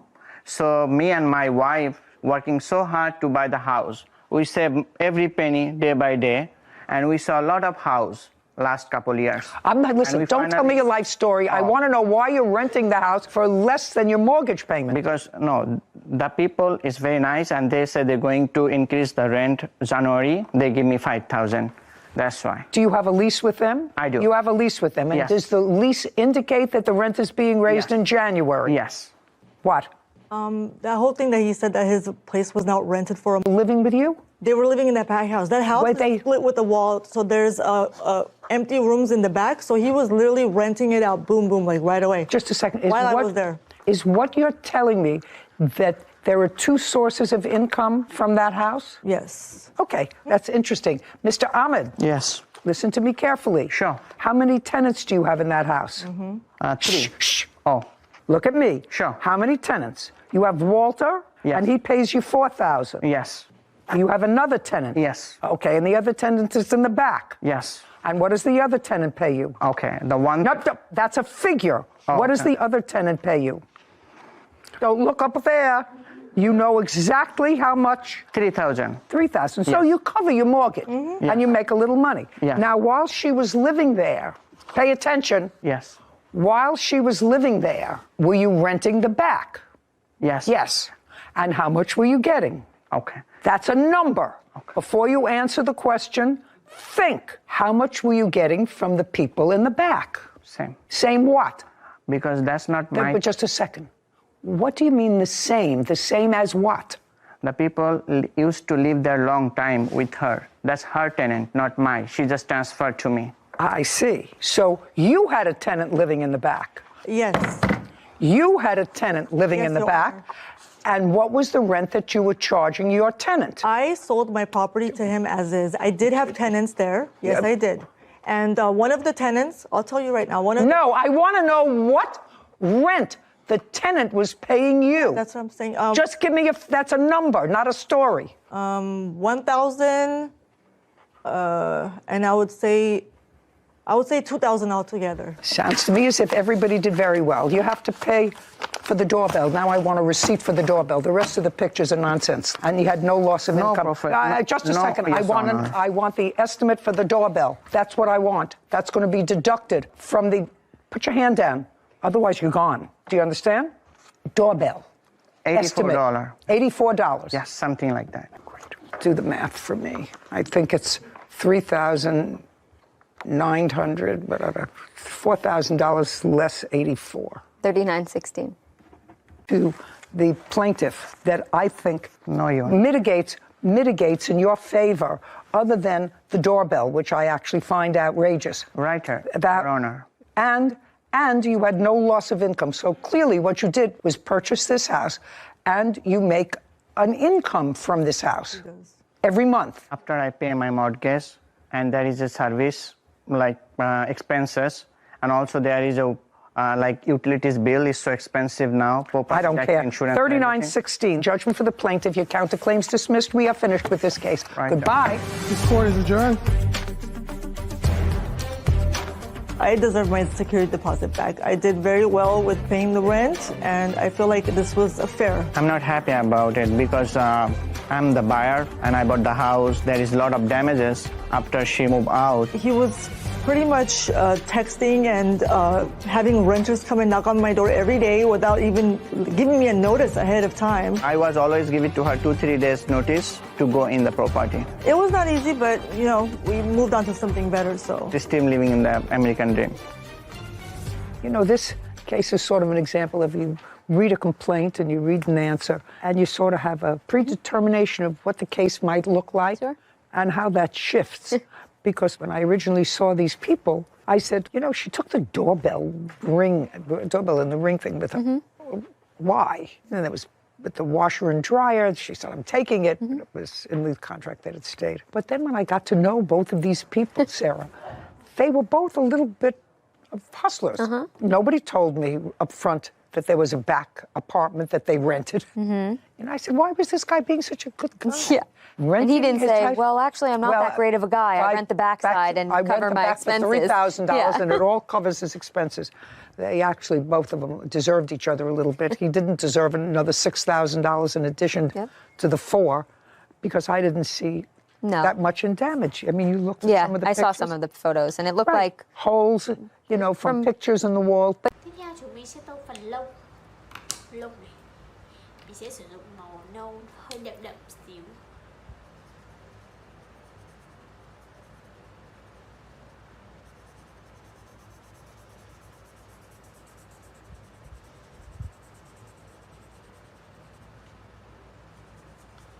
Mình sẽ cả tô phần lông đuôi.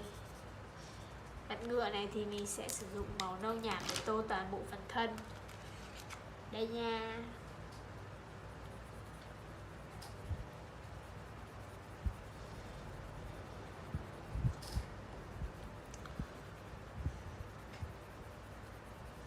Mình sẽ tô cả phần chân cho bạn ngựa nha.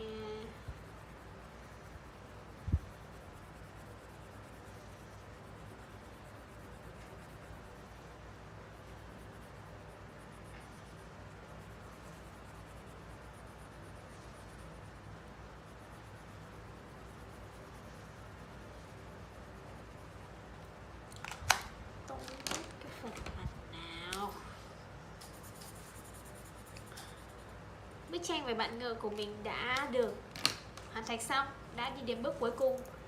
Video của mình cũng sẽ kết thúc ở đây. Cảm ơn mọi người đã đón xem video này. Tạm biệt các bạn.